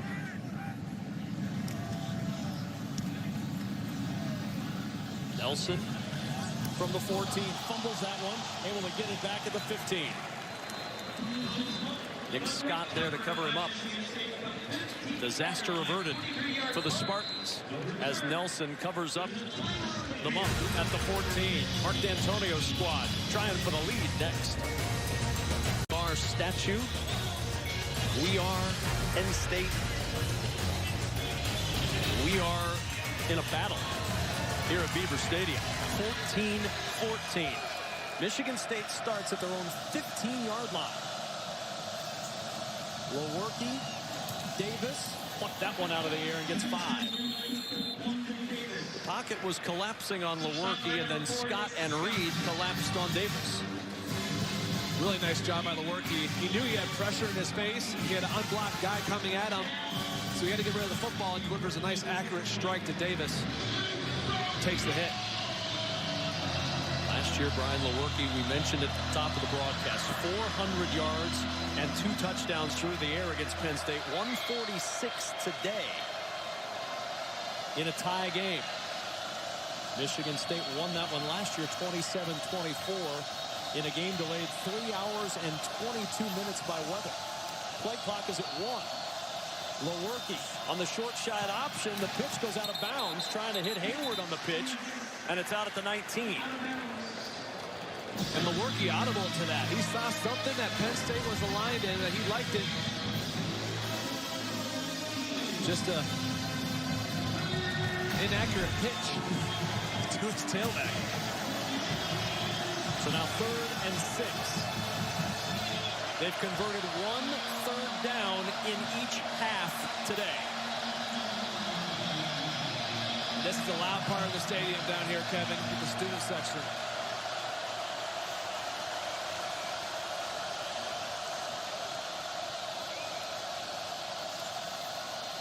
Blitz coming, incomplete. Looking for Bridges. He threw it behind him, and a little frustration now on the face of Brian Lewerke. Well, he's telling Bridges, this young tailback, to sit in the hole. When they run some of those routes, and you notice the defender, a lot of times the quarterback will anticipate the receiver kind of stopped in the soft part of the zone. I think that's what he's telling him right now.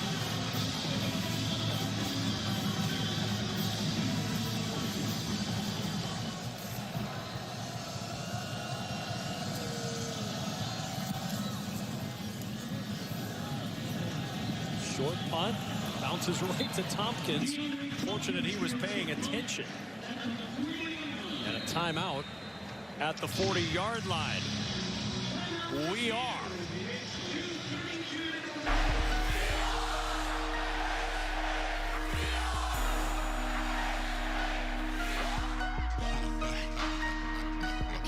To the question, why is this game tied at 14 apiece with 2:32 to go in the third? The normally explosive Penn State offense has been held to a very mild roar. 2 big plays. Other than that, 54 yards in the other 37 plays. This is play 38 that gets 3. And the ball popping out at the end, but they're going to say he was down at the 43-yard line. Bocce came out with the football as Sanders stays down.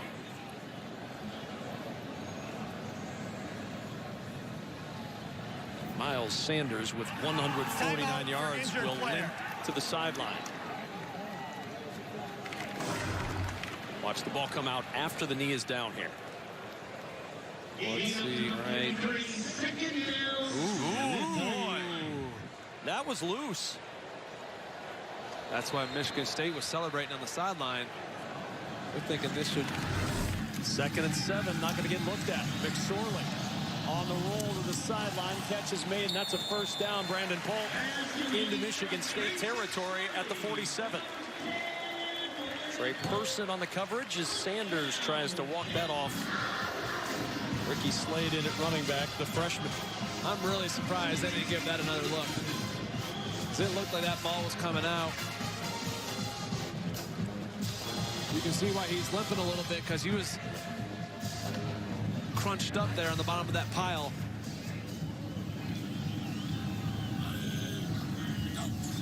From the 47 on first down, McSorley off play action over the middle. Freiermuth with a leaping grab.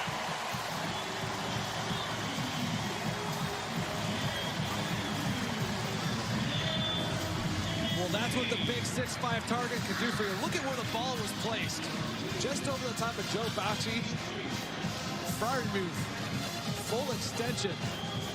To drop that pass, Kevin, in front of, or behind Bocce in front of Willis. It's great accuracy. 25 for Freiermuth on the reception. McSorley off play action again, looking for the end zone. And looking for Freiermuth, and it's no good. Dowell on the coverage of Pat Freiermuth. Boy, is he fast becoming one of McSorley's favorites. Well, it was a nice job by Dowell turning around for it, but it hits Freiermuth in the hands. He's made some really nice catches in his young career here at Penn State. Had a nice one against Ohio State for a touchdown. Ricky Ronne, the offensive coordinator, recruited him. He said he came in even more prepared than I thought he would as a freshman. As McSorley takes it to the 19, a pickup of 3. He said, I recruited the kid. He's got a punch in the mouth. He's got natural ball skills. He said, but he was more prepared than I thought he would be when he got here to make an impact right away. And he's moved up steadily on that depth chart. Yeah, he has. He said, hey, it's a rare combination, right, of elite ball skills, as we saw, and being physical at the point of attack. You don't see that a lot of times from a freshman. 3rd down and 7. McSorley flushed again. On the run, flag down, pass incomplete. Cam Sullivan-Brown had it for a moment, and then Justin Lane raked his arm around the hands of the receiver. But we'll wait and see about this flag.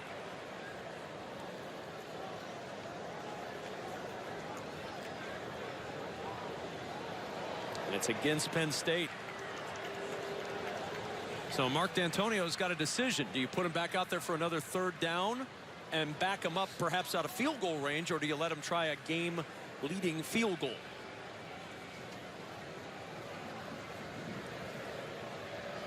He's chatting with Mike Cannon about where it would be spotted, where the ball would be. Crowd's not liking it, but this is a big decision here for the head coach.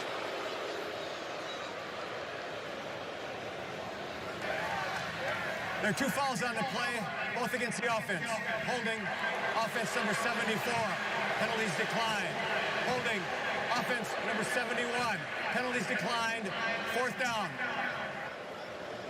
So he's made the decision Do you like the decision to not give McSorley another 3rd down and long and make it 4th down?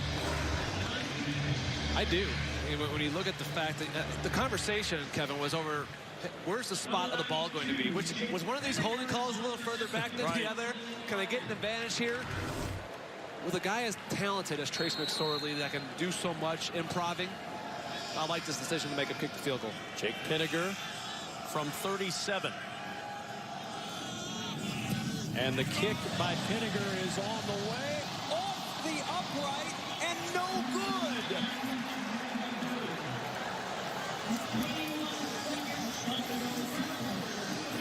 Well, now you really like the decision by Mark D'Antonio.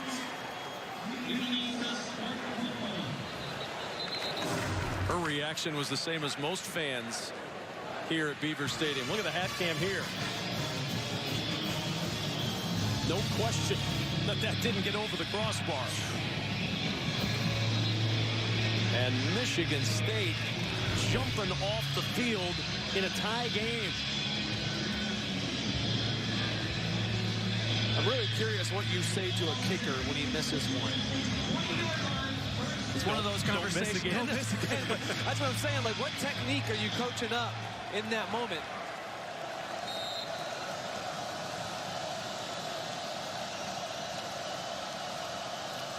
First down and 10 at the 20, and it's Weston Bridges who fumbles the football. I think Weston Bridges got his own fumble back at the 19.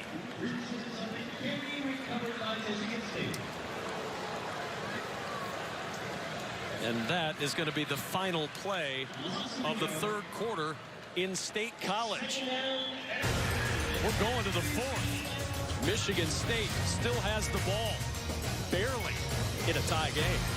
As we head into the 4th quarter with it tied, I can tell you that is the most energetic and enthusiastic Michigan State sideline the entire 3rd quarter. Now, when I talked to Mark D'Antonio, this completely plays into his hands. He said, the longer we can stay in it, I know this team. We are in survival mode. We will continue to believe, and that belief is growing. Remember, he reminded this team before this game, this program has a history of winning games it shouldn't, and in particular, in filling the shoes of key players who have been gone in history past.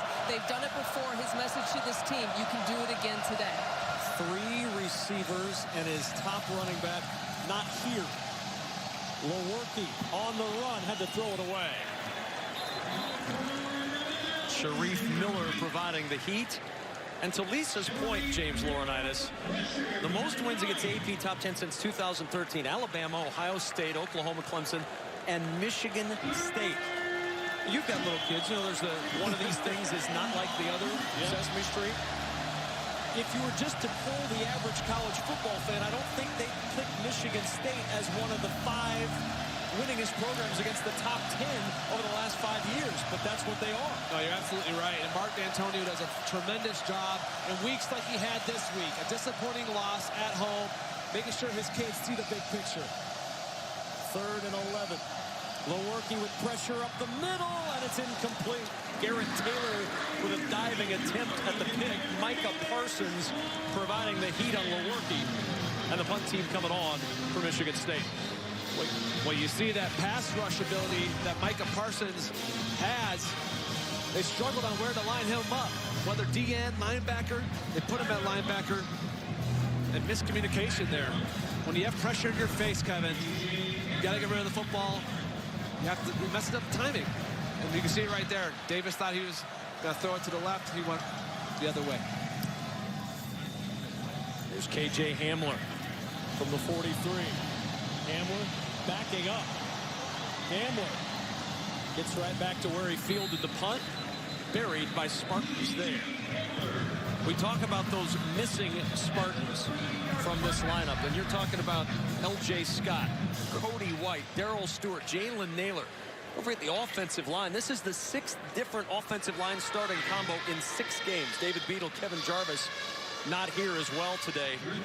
You're talking about 6 guys that if they're on this trip and playing in this game, every one of those guys makes this team better. And they're not here.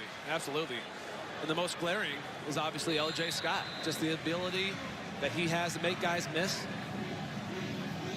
Still no Miles Sanders. We saw him limp off. It's Ricky Slade, the running back. It's McSorley with the carry, and McSorley maybe a half yard. Kenny Willekes with the tackle, and I have been very impressed today, James, with that front four of Michigan State. Yeah, so have I. And a lot of times you'll hear coordinators say, well, we held them to so-and-so yard. Well, if you take away those 2 explosive plays, this works today. That whole theory works today. I don't like it a lot of times because, look, they earned those explosive plays, but outside of those 2, this front has done a tremendous job against Penn State. Good to see for Penn State, James. Miles Sanders back in the backfield. He's had a big day. See if he gets the nod here. He will not. McSorley off play action on the roll to the sideline, and Hamler. And K.J. Hamler walking the tightrope to get the first down. Well, nice job by Trace McSorley to buy more time. Look at Hamler flipping his body, 2 feet inbounds, making sure he holds on to that football. Nicely done. What a talent that freshman from Michigan is. K.J. Hamler. McSorley, quick toss. It's his tight end Bowers, and Bowers fights his way for extra yardage and near a first down. Penn State getting a little momentum on this drive and a little pace for Penn State. I really like the way Nick Bowers finished off that reception. Get the ball in your hands, get upfield, look up a smaller DB, get as many yards as you can.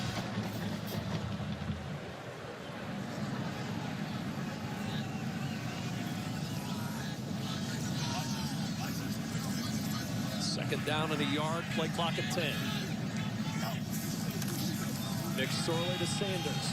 Miles Sanders with the jump cut gets the first down to the 31.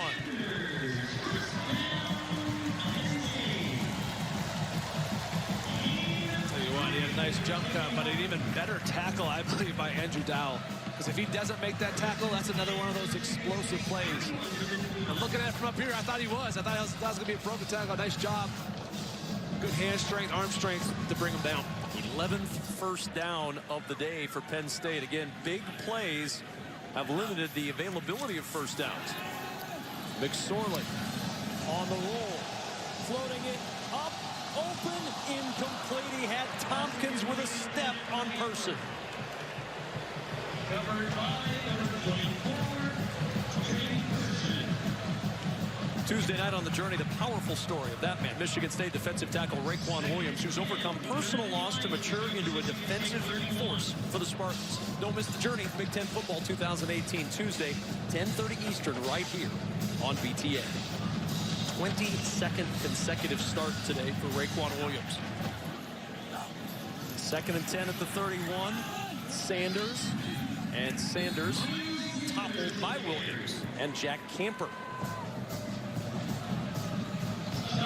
When I was prepping for this game, he shows up a lot on film. But just against Northwestern, getting penetration.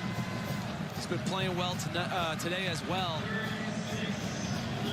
Consistency is what he and Mike Ponashuk have brought in the interior of this defensive line. Michigan State trying to coax from the bench. A stop on 3rd down. Neither team has been able to do much on 3rd today.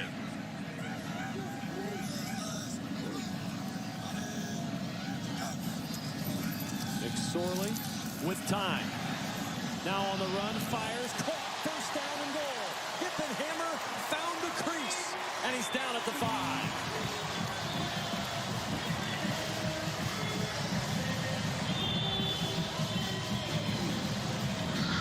Well, when we were talking to offensive coordinator Ricky Ronnie earlier in the week, he said pocket movement was what Trace McSorley can always improve on. He just displayed that right there. Avoiding the pressure, but keeping his eyes downfield, making an accurate throw for the big game. First down and goal at the 6. Penn State trying to regain the lead 4 minutes into this 4th quarter. Here's Sanders. And Sanders going nowhere. Good work by Tyreek Thompson. He went low and kind of had to lift and hang on to keep Sanders from popping free. And a nice job by attacking. You see and you read it, you diagnose, and you just pull your trigger. You get to the running back before he has time to make a move on you. What was that you said earlier today, that by attacking you can cover up a whole lot of ills or some deficiencies if you're just aggressive in attack? Second and goal at the 5. The worst thing you can do as a linebacker is sit and wait. You want to pull the trigger and attack. Try to get to the running back before he gets to the hole. On second and goal, it's Sanders again. And again, looked like the turf may have hampered him. That's the third time today we've seen a slip. McSorley slipping on 4th down.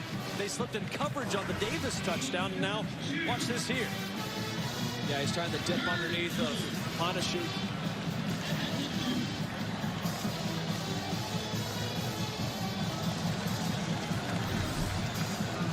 So it's 3rd and goal. Juwan Johnson, the receiver, to the top side. Hippenhammer and Hamler to the bottom of your screen. Keep an eye on Freiermuth as well, the tight end standing up. Now into his stance on the left side. Looking for Johnson on the fade, and the pass incomplete. Crowd wanted a flag. There is no flag. Justin Lane on the coverage. Well, there's no flag for 2 reasons, Kevin. One, Justin Lane's eyes are back on the football and the quarterback the entire time. The second reason is, you know how big number 84 is, Juwan Johnson? He's 6'4", 225. Big wide receivers a lot of the time, fair or not, don't get a lot of those calls because they assume big body guys, they're both hand fighting with each other. A really nice job by Lane to keep his vision back on the quarterback. There's Pinniger. This from 37 off the upright, this from 20. And Pinniger's field goal sneaks in to give Penn State the 17-14 lead with 9:21 to go in the 4th. Nittany Lions up 3. That's from Fansville, sponsored by Dr. Pepper, the official drink of Fansville.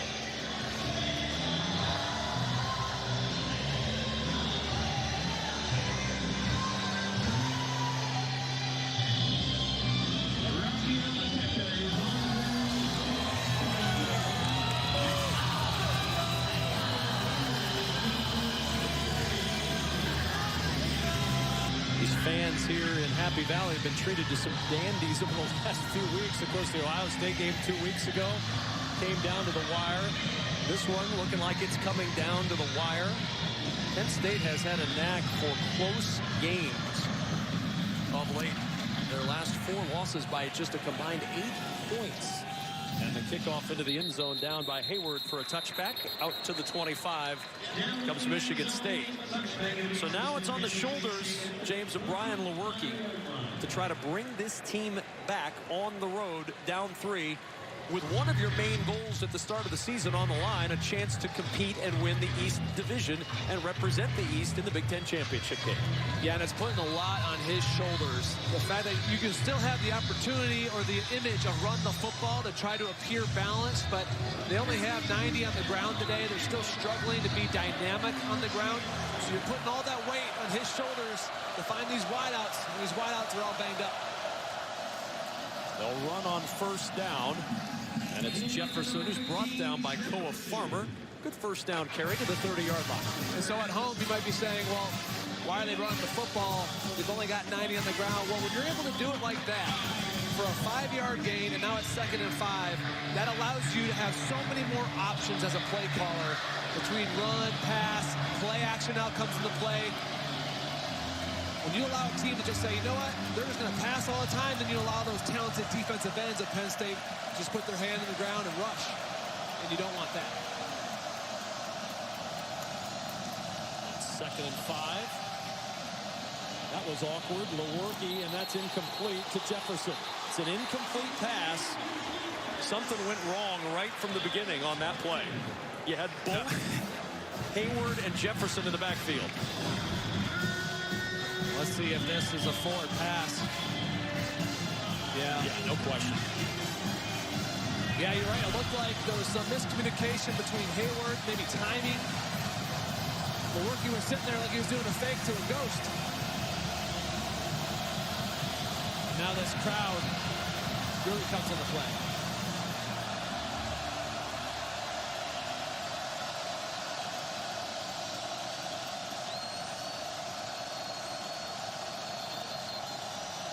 third down flags are down. This play is not going to count. They stopped it before it starts with a false start. False start. Offense, number 89. Penalty, third down. That's Matt Dotson, the tight end, getting started a little early. Took a good play away. Well, if you look at the top of your screen, he shifted up before that. He was aligned a little farther off, and I saw him move up. He kind of leaned, lost his balance, and tried to be sneaky. They caught him.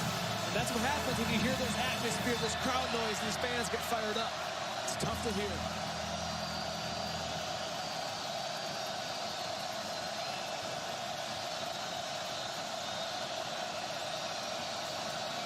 On 3rd and 10, Lewerke to the sideline. Juggling catch is made by Davis. Lewerke had a shot at it, and Davis somehow pulled it in for the first down. When he let that go, I thought that was going to be a pick. And look at the concentration by Davis. Using his legs to help on the assist. Look at this. They're going to look at this one again. This will be a quick review. That is just a terrific grab by Felton Davis at a time his team needed a big play. You hear it all the time, and people think it's just cliche talk about football being a game of inches. But when you saw that, and Lewerke is laying out, fully extended, instead it goes the other way. And the concentration of Davis, using his legs, his knees, to help out. That is a terrific effort on both ends, really. Yep. Lewerke got a fingertip on it. Davis got 2 knees on it. And on a 3rd and 10, I mean, the crowd's going crazy. Just had a false start. You're thinking, gosh, we had a 3rd and 5, 3rd and medium. It's manageable. Now it's 3rd and long. A lot tougher to come up with a play like that, getting a first down. Mike Pereira is watching this one from our studios in Los Angeles. Mike, from our angle, that looks like a terrific catch by Felton Davis. What'd you see? You know, it's an incredible catch. And you got the bobble. Of course, you can't control the ball between your legs. You've got to get it back up into your hands, and he does that with feet still on the ground and then roll over out of bounds and maintains control. So I see it as a clear catch. Yeah, the ability to pull that one up, keep the feet down, and then roll through the sideline. Mike, thanks very much. That was fantastic. Now, I will say that one of Mike's keys was you always watch these officials, and when the second guy comes over with a notepad in his hand, when they're looking at the review, that maybe something is changing. And the second guy did come over with the notepad in his hand, but Mike Cannon has looked at it, and the word is... After review, the ruling on the field is confirmed. Completed catch, first down. So a first down. The crowd will grumble a little bit, but that was a terrific effort by Felton Davis. Came in top 3 in the conference with 21 scrimmage plays of 10 yards or more. That's another one there, and a big one. That's re-energized this Spartan team a little bit.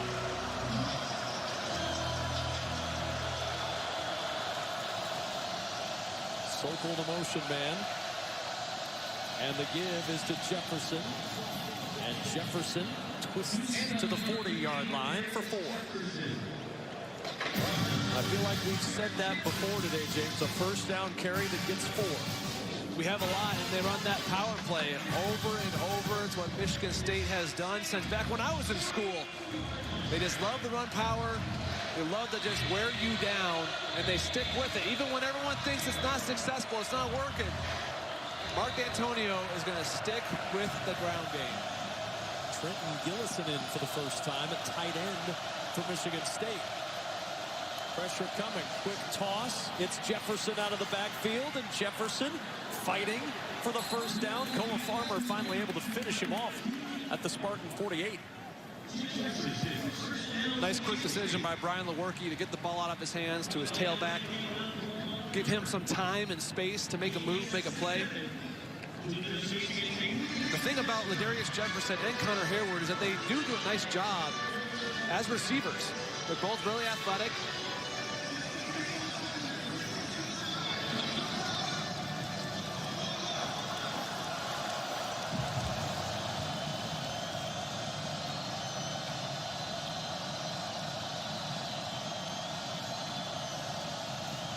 Jefferson on first down with a hole. Jefferson with a stiff arm, and Jefferson into the secondary. And Ladarius Jefferson with the best run of the day. Garrett Taylor finally chased him to the sidelines, but the Spartans are on the move. Another first down. A really nice job on the power of cutting back, realizing that the space was there for him in an explosive run from a Spartan offense. And a nice job with the stiff arm. Talk about making that guy who's unblocked miss, getting extra yardage. In the past, he wouldn't have tackled. These backs have gotten tackled by those open field tacklers. Nice job avoiding and getting a big play. First and 10 at the 26. Lewerke to the sideline. Like he was trying to throw C.J. Hayes open a little bit there. Well covered by Castro Fields. Yeah, Castro Fields playing zone. It looked like a cover two. He zone turns to the inside, eyes on the quarterback. Lewerke was trying to hit it in that little honey hole, which is right behind the corner in front of the safety. Great coverage. Great job sinking by Castro Fields. Certainly in range for Matt Coughlin if Mark D'Antonio needs a field goal try. But Michigan State would love to put it into the end zone.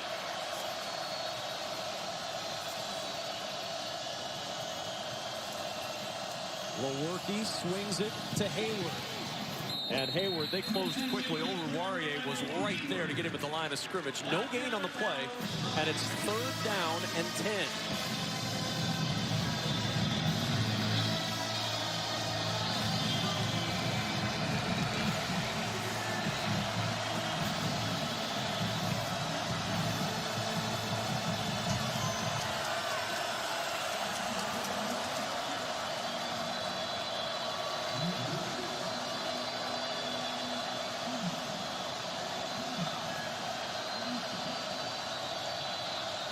Timeout.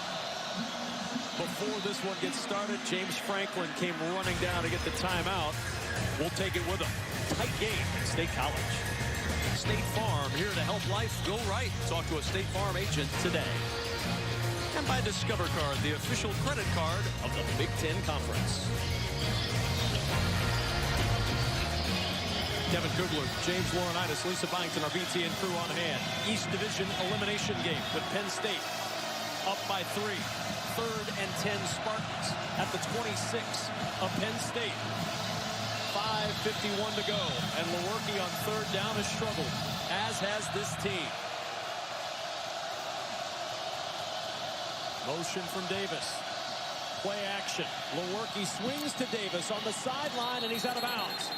Out of bounds at the 21, well short of the first down. Givens and Farmer closing the door on the sidelines.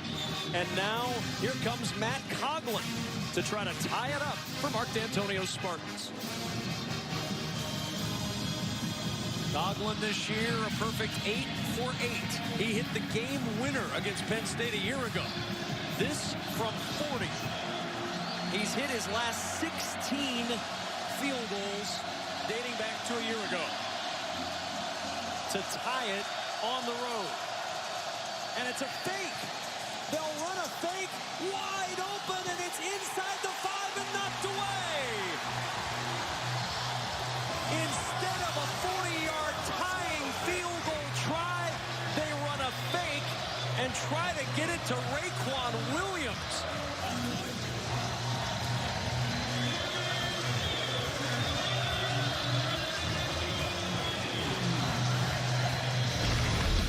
It's been a day of big plays for Mark D'Antonio, but this one just off the fingertips of Raekwon Williams.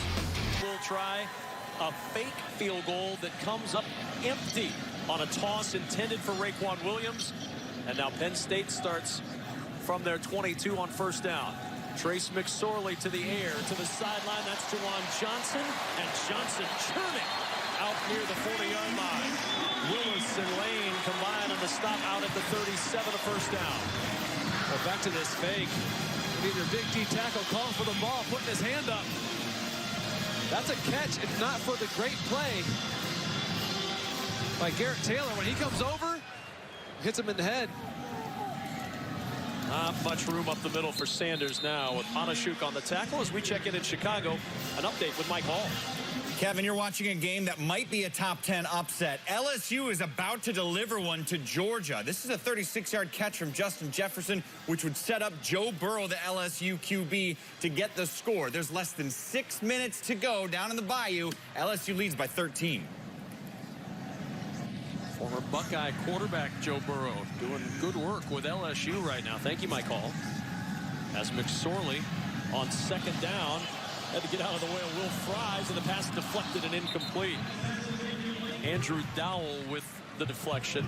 And that LSU game, as Mike mentioned, could be multiple top 10 upsets depending on what happens here. You see Georgia trailing LSU 29-16. Notre Dame averted an upset. 19-14 winners over Pitt. Washington and Oregon are knotted up at 24 apiece. Is this the day we see multiple top 10 shakeups? It's always that random weekend somewhere in October where you see 3 or 4 top 10 teams struggle. Will that be today by the end of it? Third down, McSorley in trouble. McSorley hit as he throws, and it's incomplete. Raequan Williams trying to be a receiver, goes back to what he does best, working on the defensive line, and they'll force the punt. Really nice job getting pressure on McSorley. It looked like he was going to escape, but when you're able to get pressure from the interior of your defense, like Raequan Williams did there, when a quarterback steps up because of edge pressure, he has nowhere to go. And so a lot of times, that's why when you play these mobile quarterbacks, you need it from the outside and the inside to contain them. Blake Gillikin to punt. Maurice Nelson back deep. Good punt. Nelson with a fair catch called for and made at the 23. Michigan State with all 3 timeouts. 4:09 to work. Game on the line. Shouldn't surprise anybody to see this game tight down the stretch. Just last season in that crazy rain-delayed game, it was Matt Coughlin's game winner that gave the Spartans a 27-24 victory over Penn State. Now on first down, down 3. Michigan State to work, and a pickup of 2 on the first down carry by Jefferson. Jan Johnson on the tackle, and will it come down to the right foot of Matt Coughlin again, who was out there moments ago when Michigan State, with a gutsy call by Mark D'Antonio, ran a fake field goal, a 40-yard try, and a pass to Raequan Williams, the defensive lineman, just off his fingertips. Second down and 8.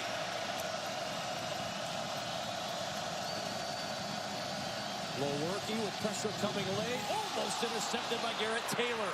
It was Taylor who broke up the fake field goal pass, nearly with a pick that may have ended the Spartans' hopes. And again, there was pressure coming up the middle at the last second.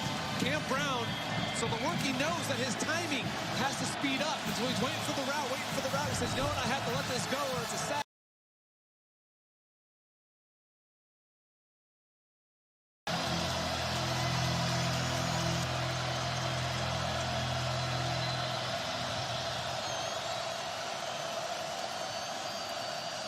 On 3rd and 8.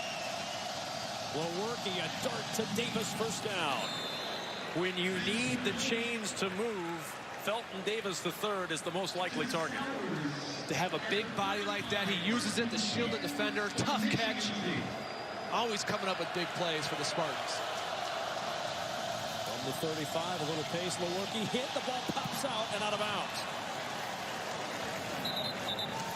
Are they going to rule out a fumble or an incompletion? That'll be a fumble, I believe, and out at the 26. Shakatoni hit him as he threw. Well, it looks like the arm is coming forward. Watch this again. They're going to call it a fumble and out of bounds. So technically a pass that went backwards by the hit, and now they're going to look at it again. The ruling on the field was that it was a backward pass thrown out of bounds.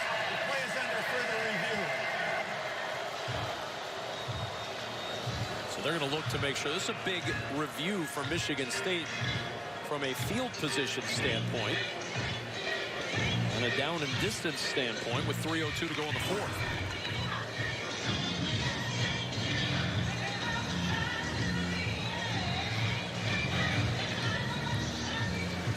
Out of bounds at the 26 is where they've spotted it at the 26, and he was at the 27 when he threw it. Well, we saw this last week with Michigan State. They ran an option play, and he lateraled it. It looked like it went backwards, but you judge on where the ball leaves his hand and then where it goes out of bounds. It looks like this is a backward pass. If that's what they ruled, that it was a backward pass, this is what it is. Mike Pereira is keeping an eye on it in Los Angeles. Mike, ruling on the field a backward pass with the pressure from Shaka Toney.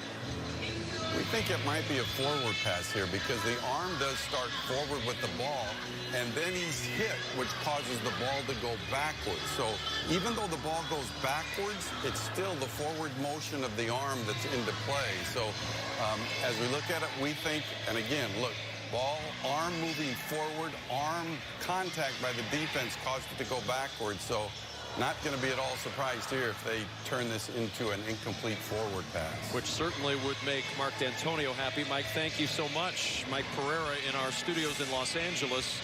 And there is the man with the pad. Now, this is what Mike Pereira talked about. Yeah. This gentleman right here. He's the guy who, when he brings out the pad and starts writing on it, it's one of the tips Mike Pereira gave us a couple years ago. Usually that means an overturn is happening because he's got to write down time, distance, and he's also got to write down, whether or not there's a change. So let's see what the ruling is from Mike Cannon. After review, the quarterback's arm was coming forward as he was hit. Thus we have an incomplete forward pass. Brings up second down, ball will be placed at the 35-yard line. Please put 3:11 on the game clock. 3:11. And what these fans...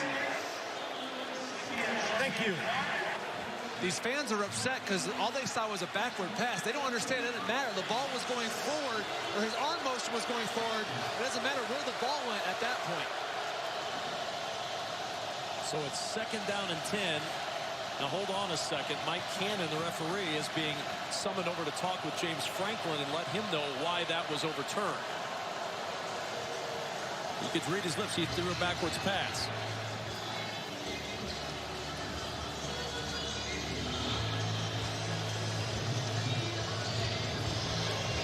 That linesman providing the explanation that I don't believe satisfied James Franklin. Second and 10.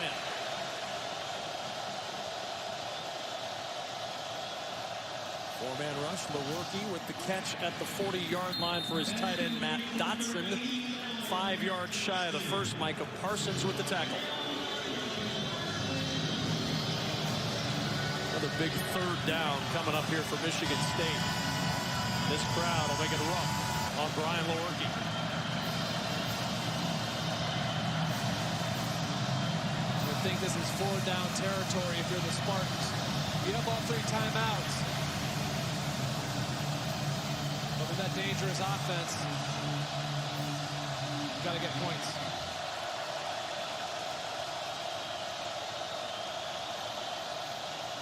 Lewerke with time. Pressure coming. He's in trouble and he's sacked.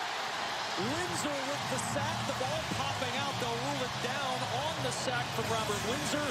And now 4th down for Michigan State. And maybe the last chance for the Spartans. Well, as you see here, Lewerke is trying to let go of the ball. He pumps. Great coverage. Nice coverage sack. Great effort by Windsor, as well as Gross Matos. And so now Tyler Hunt will punt it away. Tompkins with a fair catch at the 28. So Mark D'Antonio is going to rely on the 3 timeouts and his defense to try to get the ball back one more time in this ball game. And I wonder if he would have went for it had it been a 4th and 5 and not 4th and 10. In that moment, the crowd's going crazy. They're into it. It's just off a sack. This place would have been a madhouse trying to get off a 4th and 10 conversion.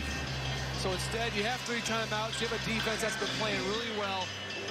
You got to rely on them to get you the ball back in another opportunity.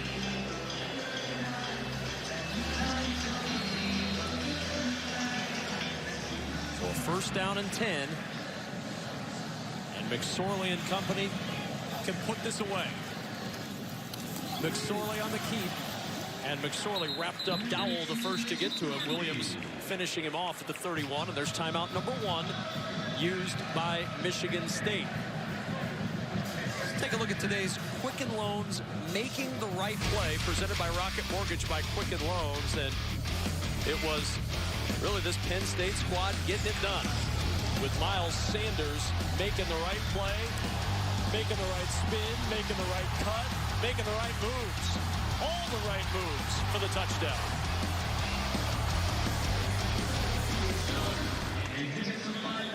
The physicality on that run was so impressive. To break 3 tackles and then still have the presence of mind and the energy after that to make that jump cut and then finish it off for 6. Second down and 7. Sanders in trouble. Sanders losing yardage to the 29. Joe Bacci, the veteran, right on top of him there. Joe Bacci has a knack for making big plays when his team needs him to. Think back there early in the year with the interception they tipped to himself. That might look like just a simple tackle for a Mike linebacker to make. But when you're playing an offense like Penn State, where they have everything available to them with Trace McSorley, his ability to run, obviously Sanders with the big game, you have to be dialed in and locked in. You have to be able to slow your heart rate down in those key moments, and Joe Bacci is a playmaker for the Spartans. They're going to need him to make one more play, James. 3rd and 9. A first down by Penn State would effectively end it. If they don't get the first, Michigan State will have one more shot. McSorley going to run for it. Looking for first down yardage. Will not get there. Justin Lane on the tackle and out of bounds, preserving the timeout for Michigan State. Costly mistake by McSorley going to the sideline and not just falling in bounds, James, when he knew he was going to be short. That's very surprising. I think that's where the competitiveness of Trace McSorley hurt him. You're trying to always pick up the first down, pick up the extra yardage. You have to have the awareness of the time and where you're on the field. And like you said, just fall to the ground and make sure that clock keeps going, or make Michigan State use that timeout. Larice Nelson is back. Good punt. Nelson has to wait on it at the 14. Good cut. Nelson down at the 24, where Michigan State will start what they hope will be a game-tying or game-winning drive with 1:19 to go and only one timeout remaining in this game. So, James Laurinaitis, it comes down to one timeout left. It comes down to needing yardage to either get a field goal or a touchdown. What's the approach for Michigan State right here? Well, Michigan State has been playing to win this football game. You saw that with the fake field goal. If they were just playing to tie or make this game go into overtime, they would have kicked that field goal. So you got to depend on your big-time playmakers. Brian Lewerke, Felton Davis, they have to step up and make plays on this final drive. Starting from the 24-yard line. Lewerke will set up the screen. Hayward down at the 35-yard line. They'll stop the clock while the chains move with 1:11 to go. Cam Brown on the tackle. And now Lewerke and the Spartans to work. Coglin's long this year is 49. His long last year, 46. Lewerke, and that one almost intercepted by Lewerke. Stepping in front of Felton Davis, and oh, so close to ending it. Gosh, he has been jumping routes all afternoon, and to have it hit him right in the hands, the unbelievable read. You have to seal the game when you have the opportunity to do so.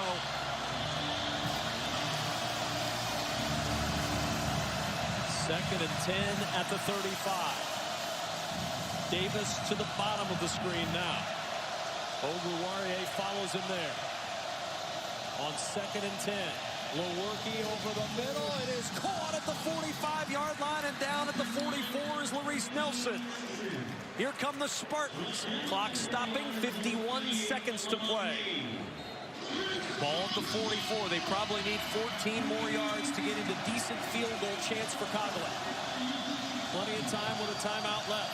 Lewerke going to the air on the sideline for Davis, and it's off his hands. Lewerke on the coverage again.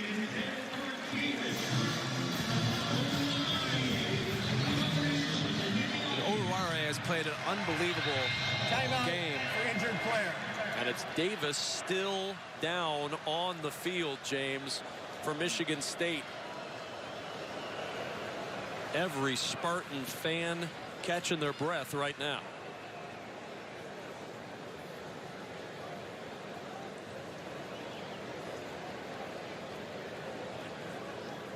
He is their best skill position player, without question. He's barely moved his arm at all since he took that. He went up for the football, Kevin, and he came down. And you never want to speculate too much, because obviously we're not trying to be doctors from up here in the booth, but when you come down with all your body weight on your shoulder, you see is that left arm, that left shoulder. Is it shoulder? Is it collarbone? He's a tough guy. He's a tough football player. Well, that's good to see. And it's good to see his arm swaying. It's good to see him, reach his arm up to take his chin strap off. So now Cam Chambers has to come back in. Remember, Cam Chambers injured his hand in the first half and had a ball hit him in the wrapped hand earlier that was intercepted by Garrett Taylor. 2nd and 10. That's Chambers in motion. Lewerke quickly to the air. It's Nelson with a catch, and very close to field goal range now as Johnson makes the tackle. Clock stopping with the movement of the chains. And now down is Lawrence Nelson. Timeout for injured player. So Nelson is down. Goodness. Already no Darrell Stewart, no Cody White, no Jalen Naylor. We saw Davis injured on the last play.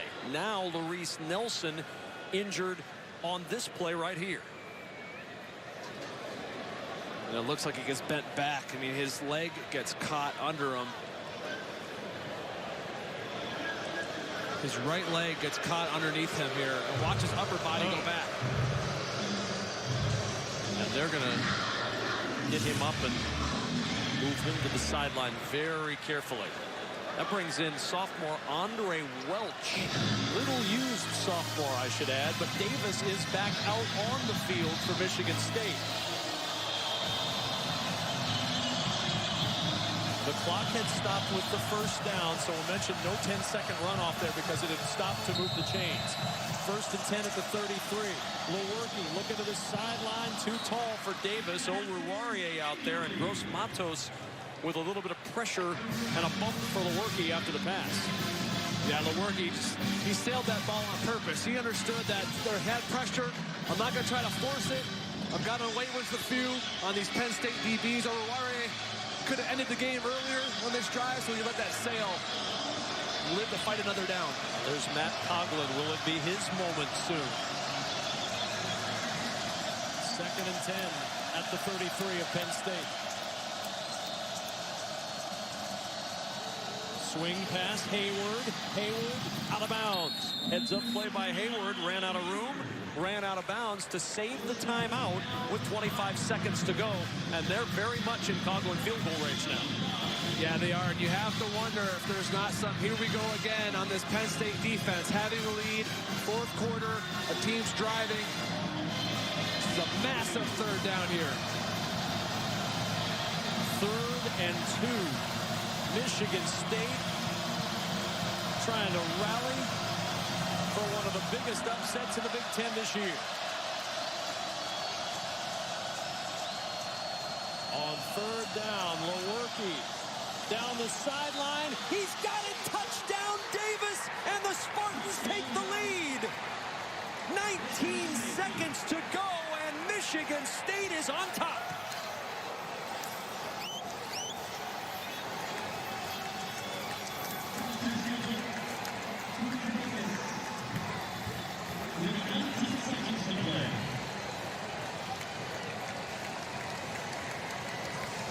Brian Lewerke with the back shoulder throw, understood Oruwariye was in coverage, had a good right on his hip. But when you underthrow a ball, that is such an advantage when you have that relationship that Lewerke and Davis have. The extra point makes it a 4-point game, and James, Michigan State had been outscored 58-18 in the fourth quarter this year. Today, they've outscored Penn State now 7-3 on this touchdown pass from Lewerke to Davis.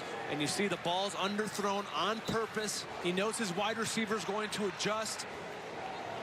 Felton Davis, you talk about the toughness of a player. A couple plays ago, goes down. He's laying there for a while. Probably had the wind knocked out of him. And Mark D'Antonio, you think this is the big game for him? You bet it is. Big smile from the head coach.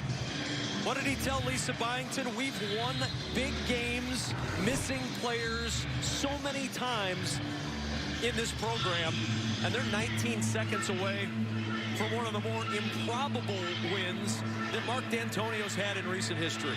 Think about the mental toughness it takes, not only of Mark D'Antonio, of convincing his whole locker room that, hey guys, I know we have all these injuries, but let's keep fighting, let's keep believing.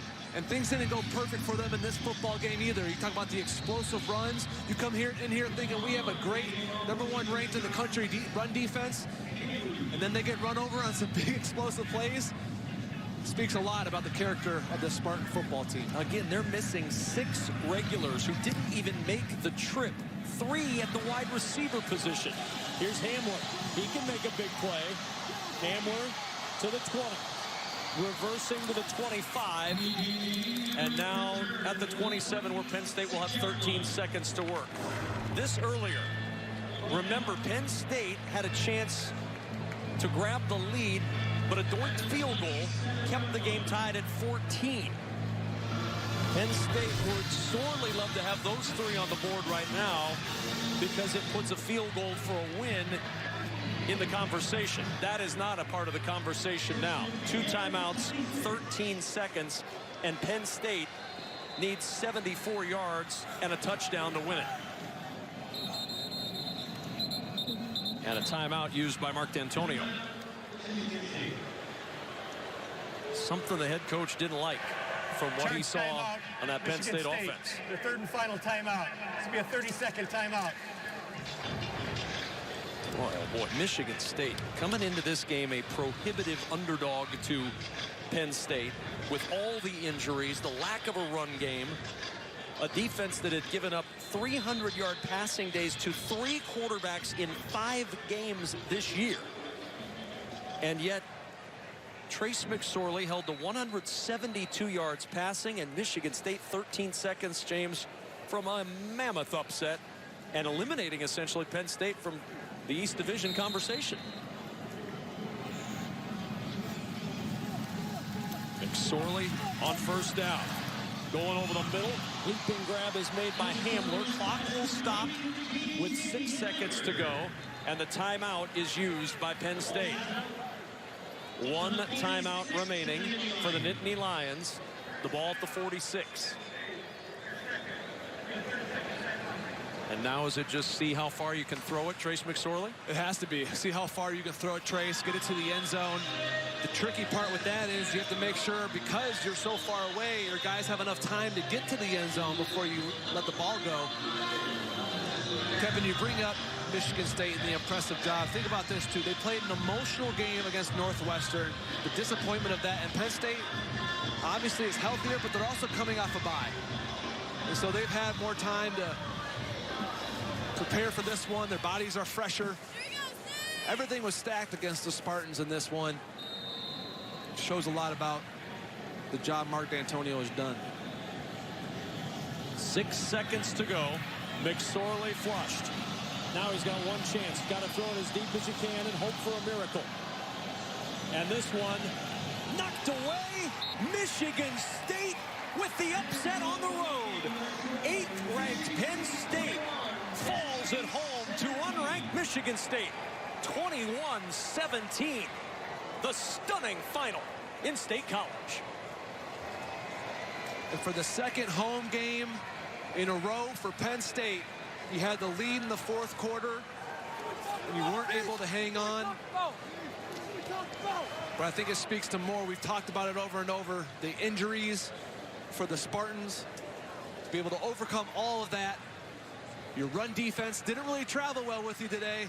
Regardless, you find a way to get a W. And Michigan State finds a way to stay alive in the conversation in the East Division 1 week after falling to Northwestern. And the final play batted away by Matt Morrissey and Mark D'Antonio. What a big week for his program. He brought his coaches in on Sunday after the Northwestern game and asked them how they were doing. Wanted to make sure they were okay after the loss to Northwestern. And then they started the preparation for this. It'll be a very different meeting this week. Let's check in with Lisa Byington. Well, you had a depleted roster. You're on the road and your backs were against the wall. What is it about this program that thrives in that kind of situation? You know, we talked about it could be a special day for us, you know, a little bit like the Rose Bowl and some of these different things we went through. So we just kept playing. I know that you have got a lot of guys out, kept playing. A lot of people back in East Lansing happy. But it's more than just playing. It's managing a roster. It's managing specifically a depleted offense. How did you manage that here tonight? Well, I don't know. I think we played hard. By the grace of God, we got it done. Okay. I do have to ask, what motivated the fake field goal call at that point? Well, we weren't gonna play to lose. We weren't gonna play to tie. We wanted to win the football game. I thought we had a great shot to get it, and so we ran Little Giants too, but it didn't work. So we'll be at work about it. All right, thank you. No green out there. Well, we ordered up a little college football chaos, and we got a little bit in State College today. Penn State upset by Michigan State.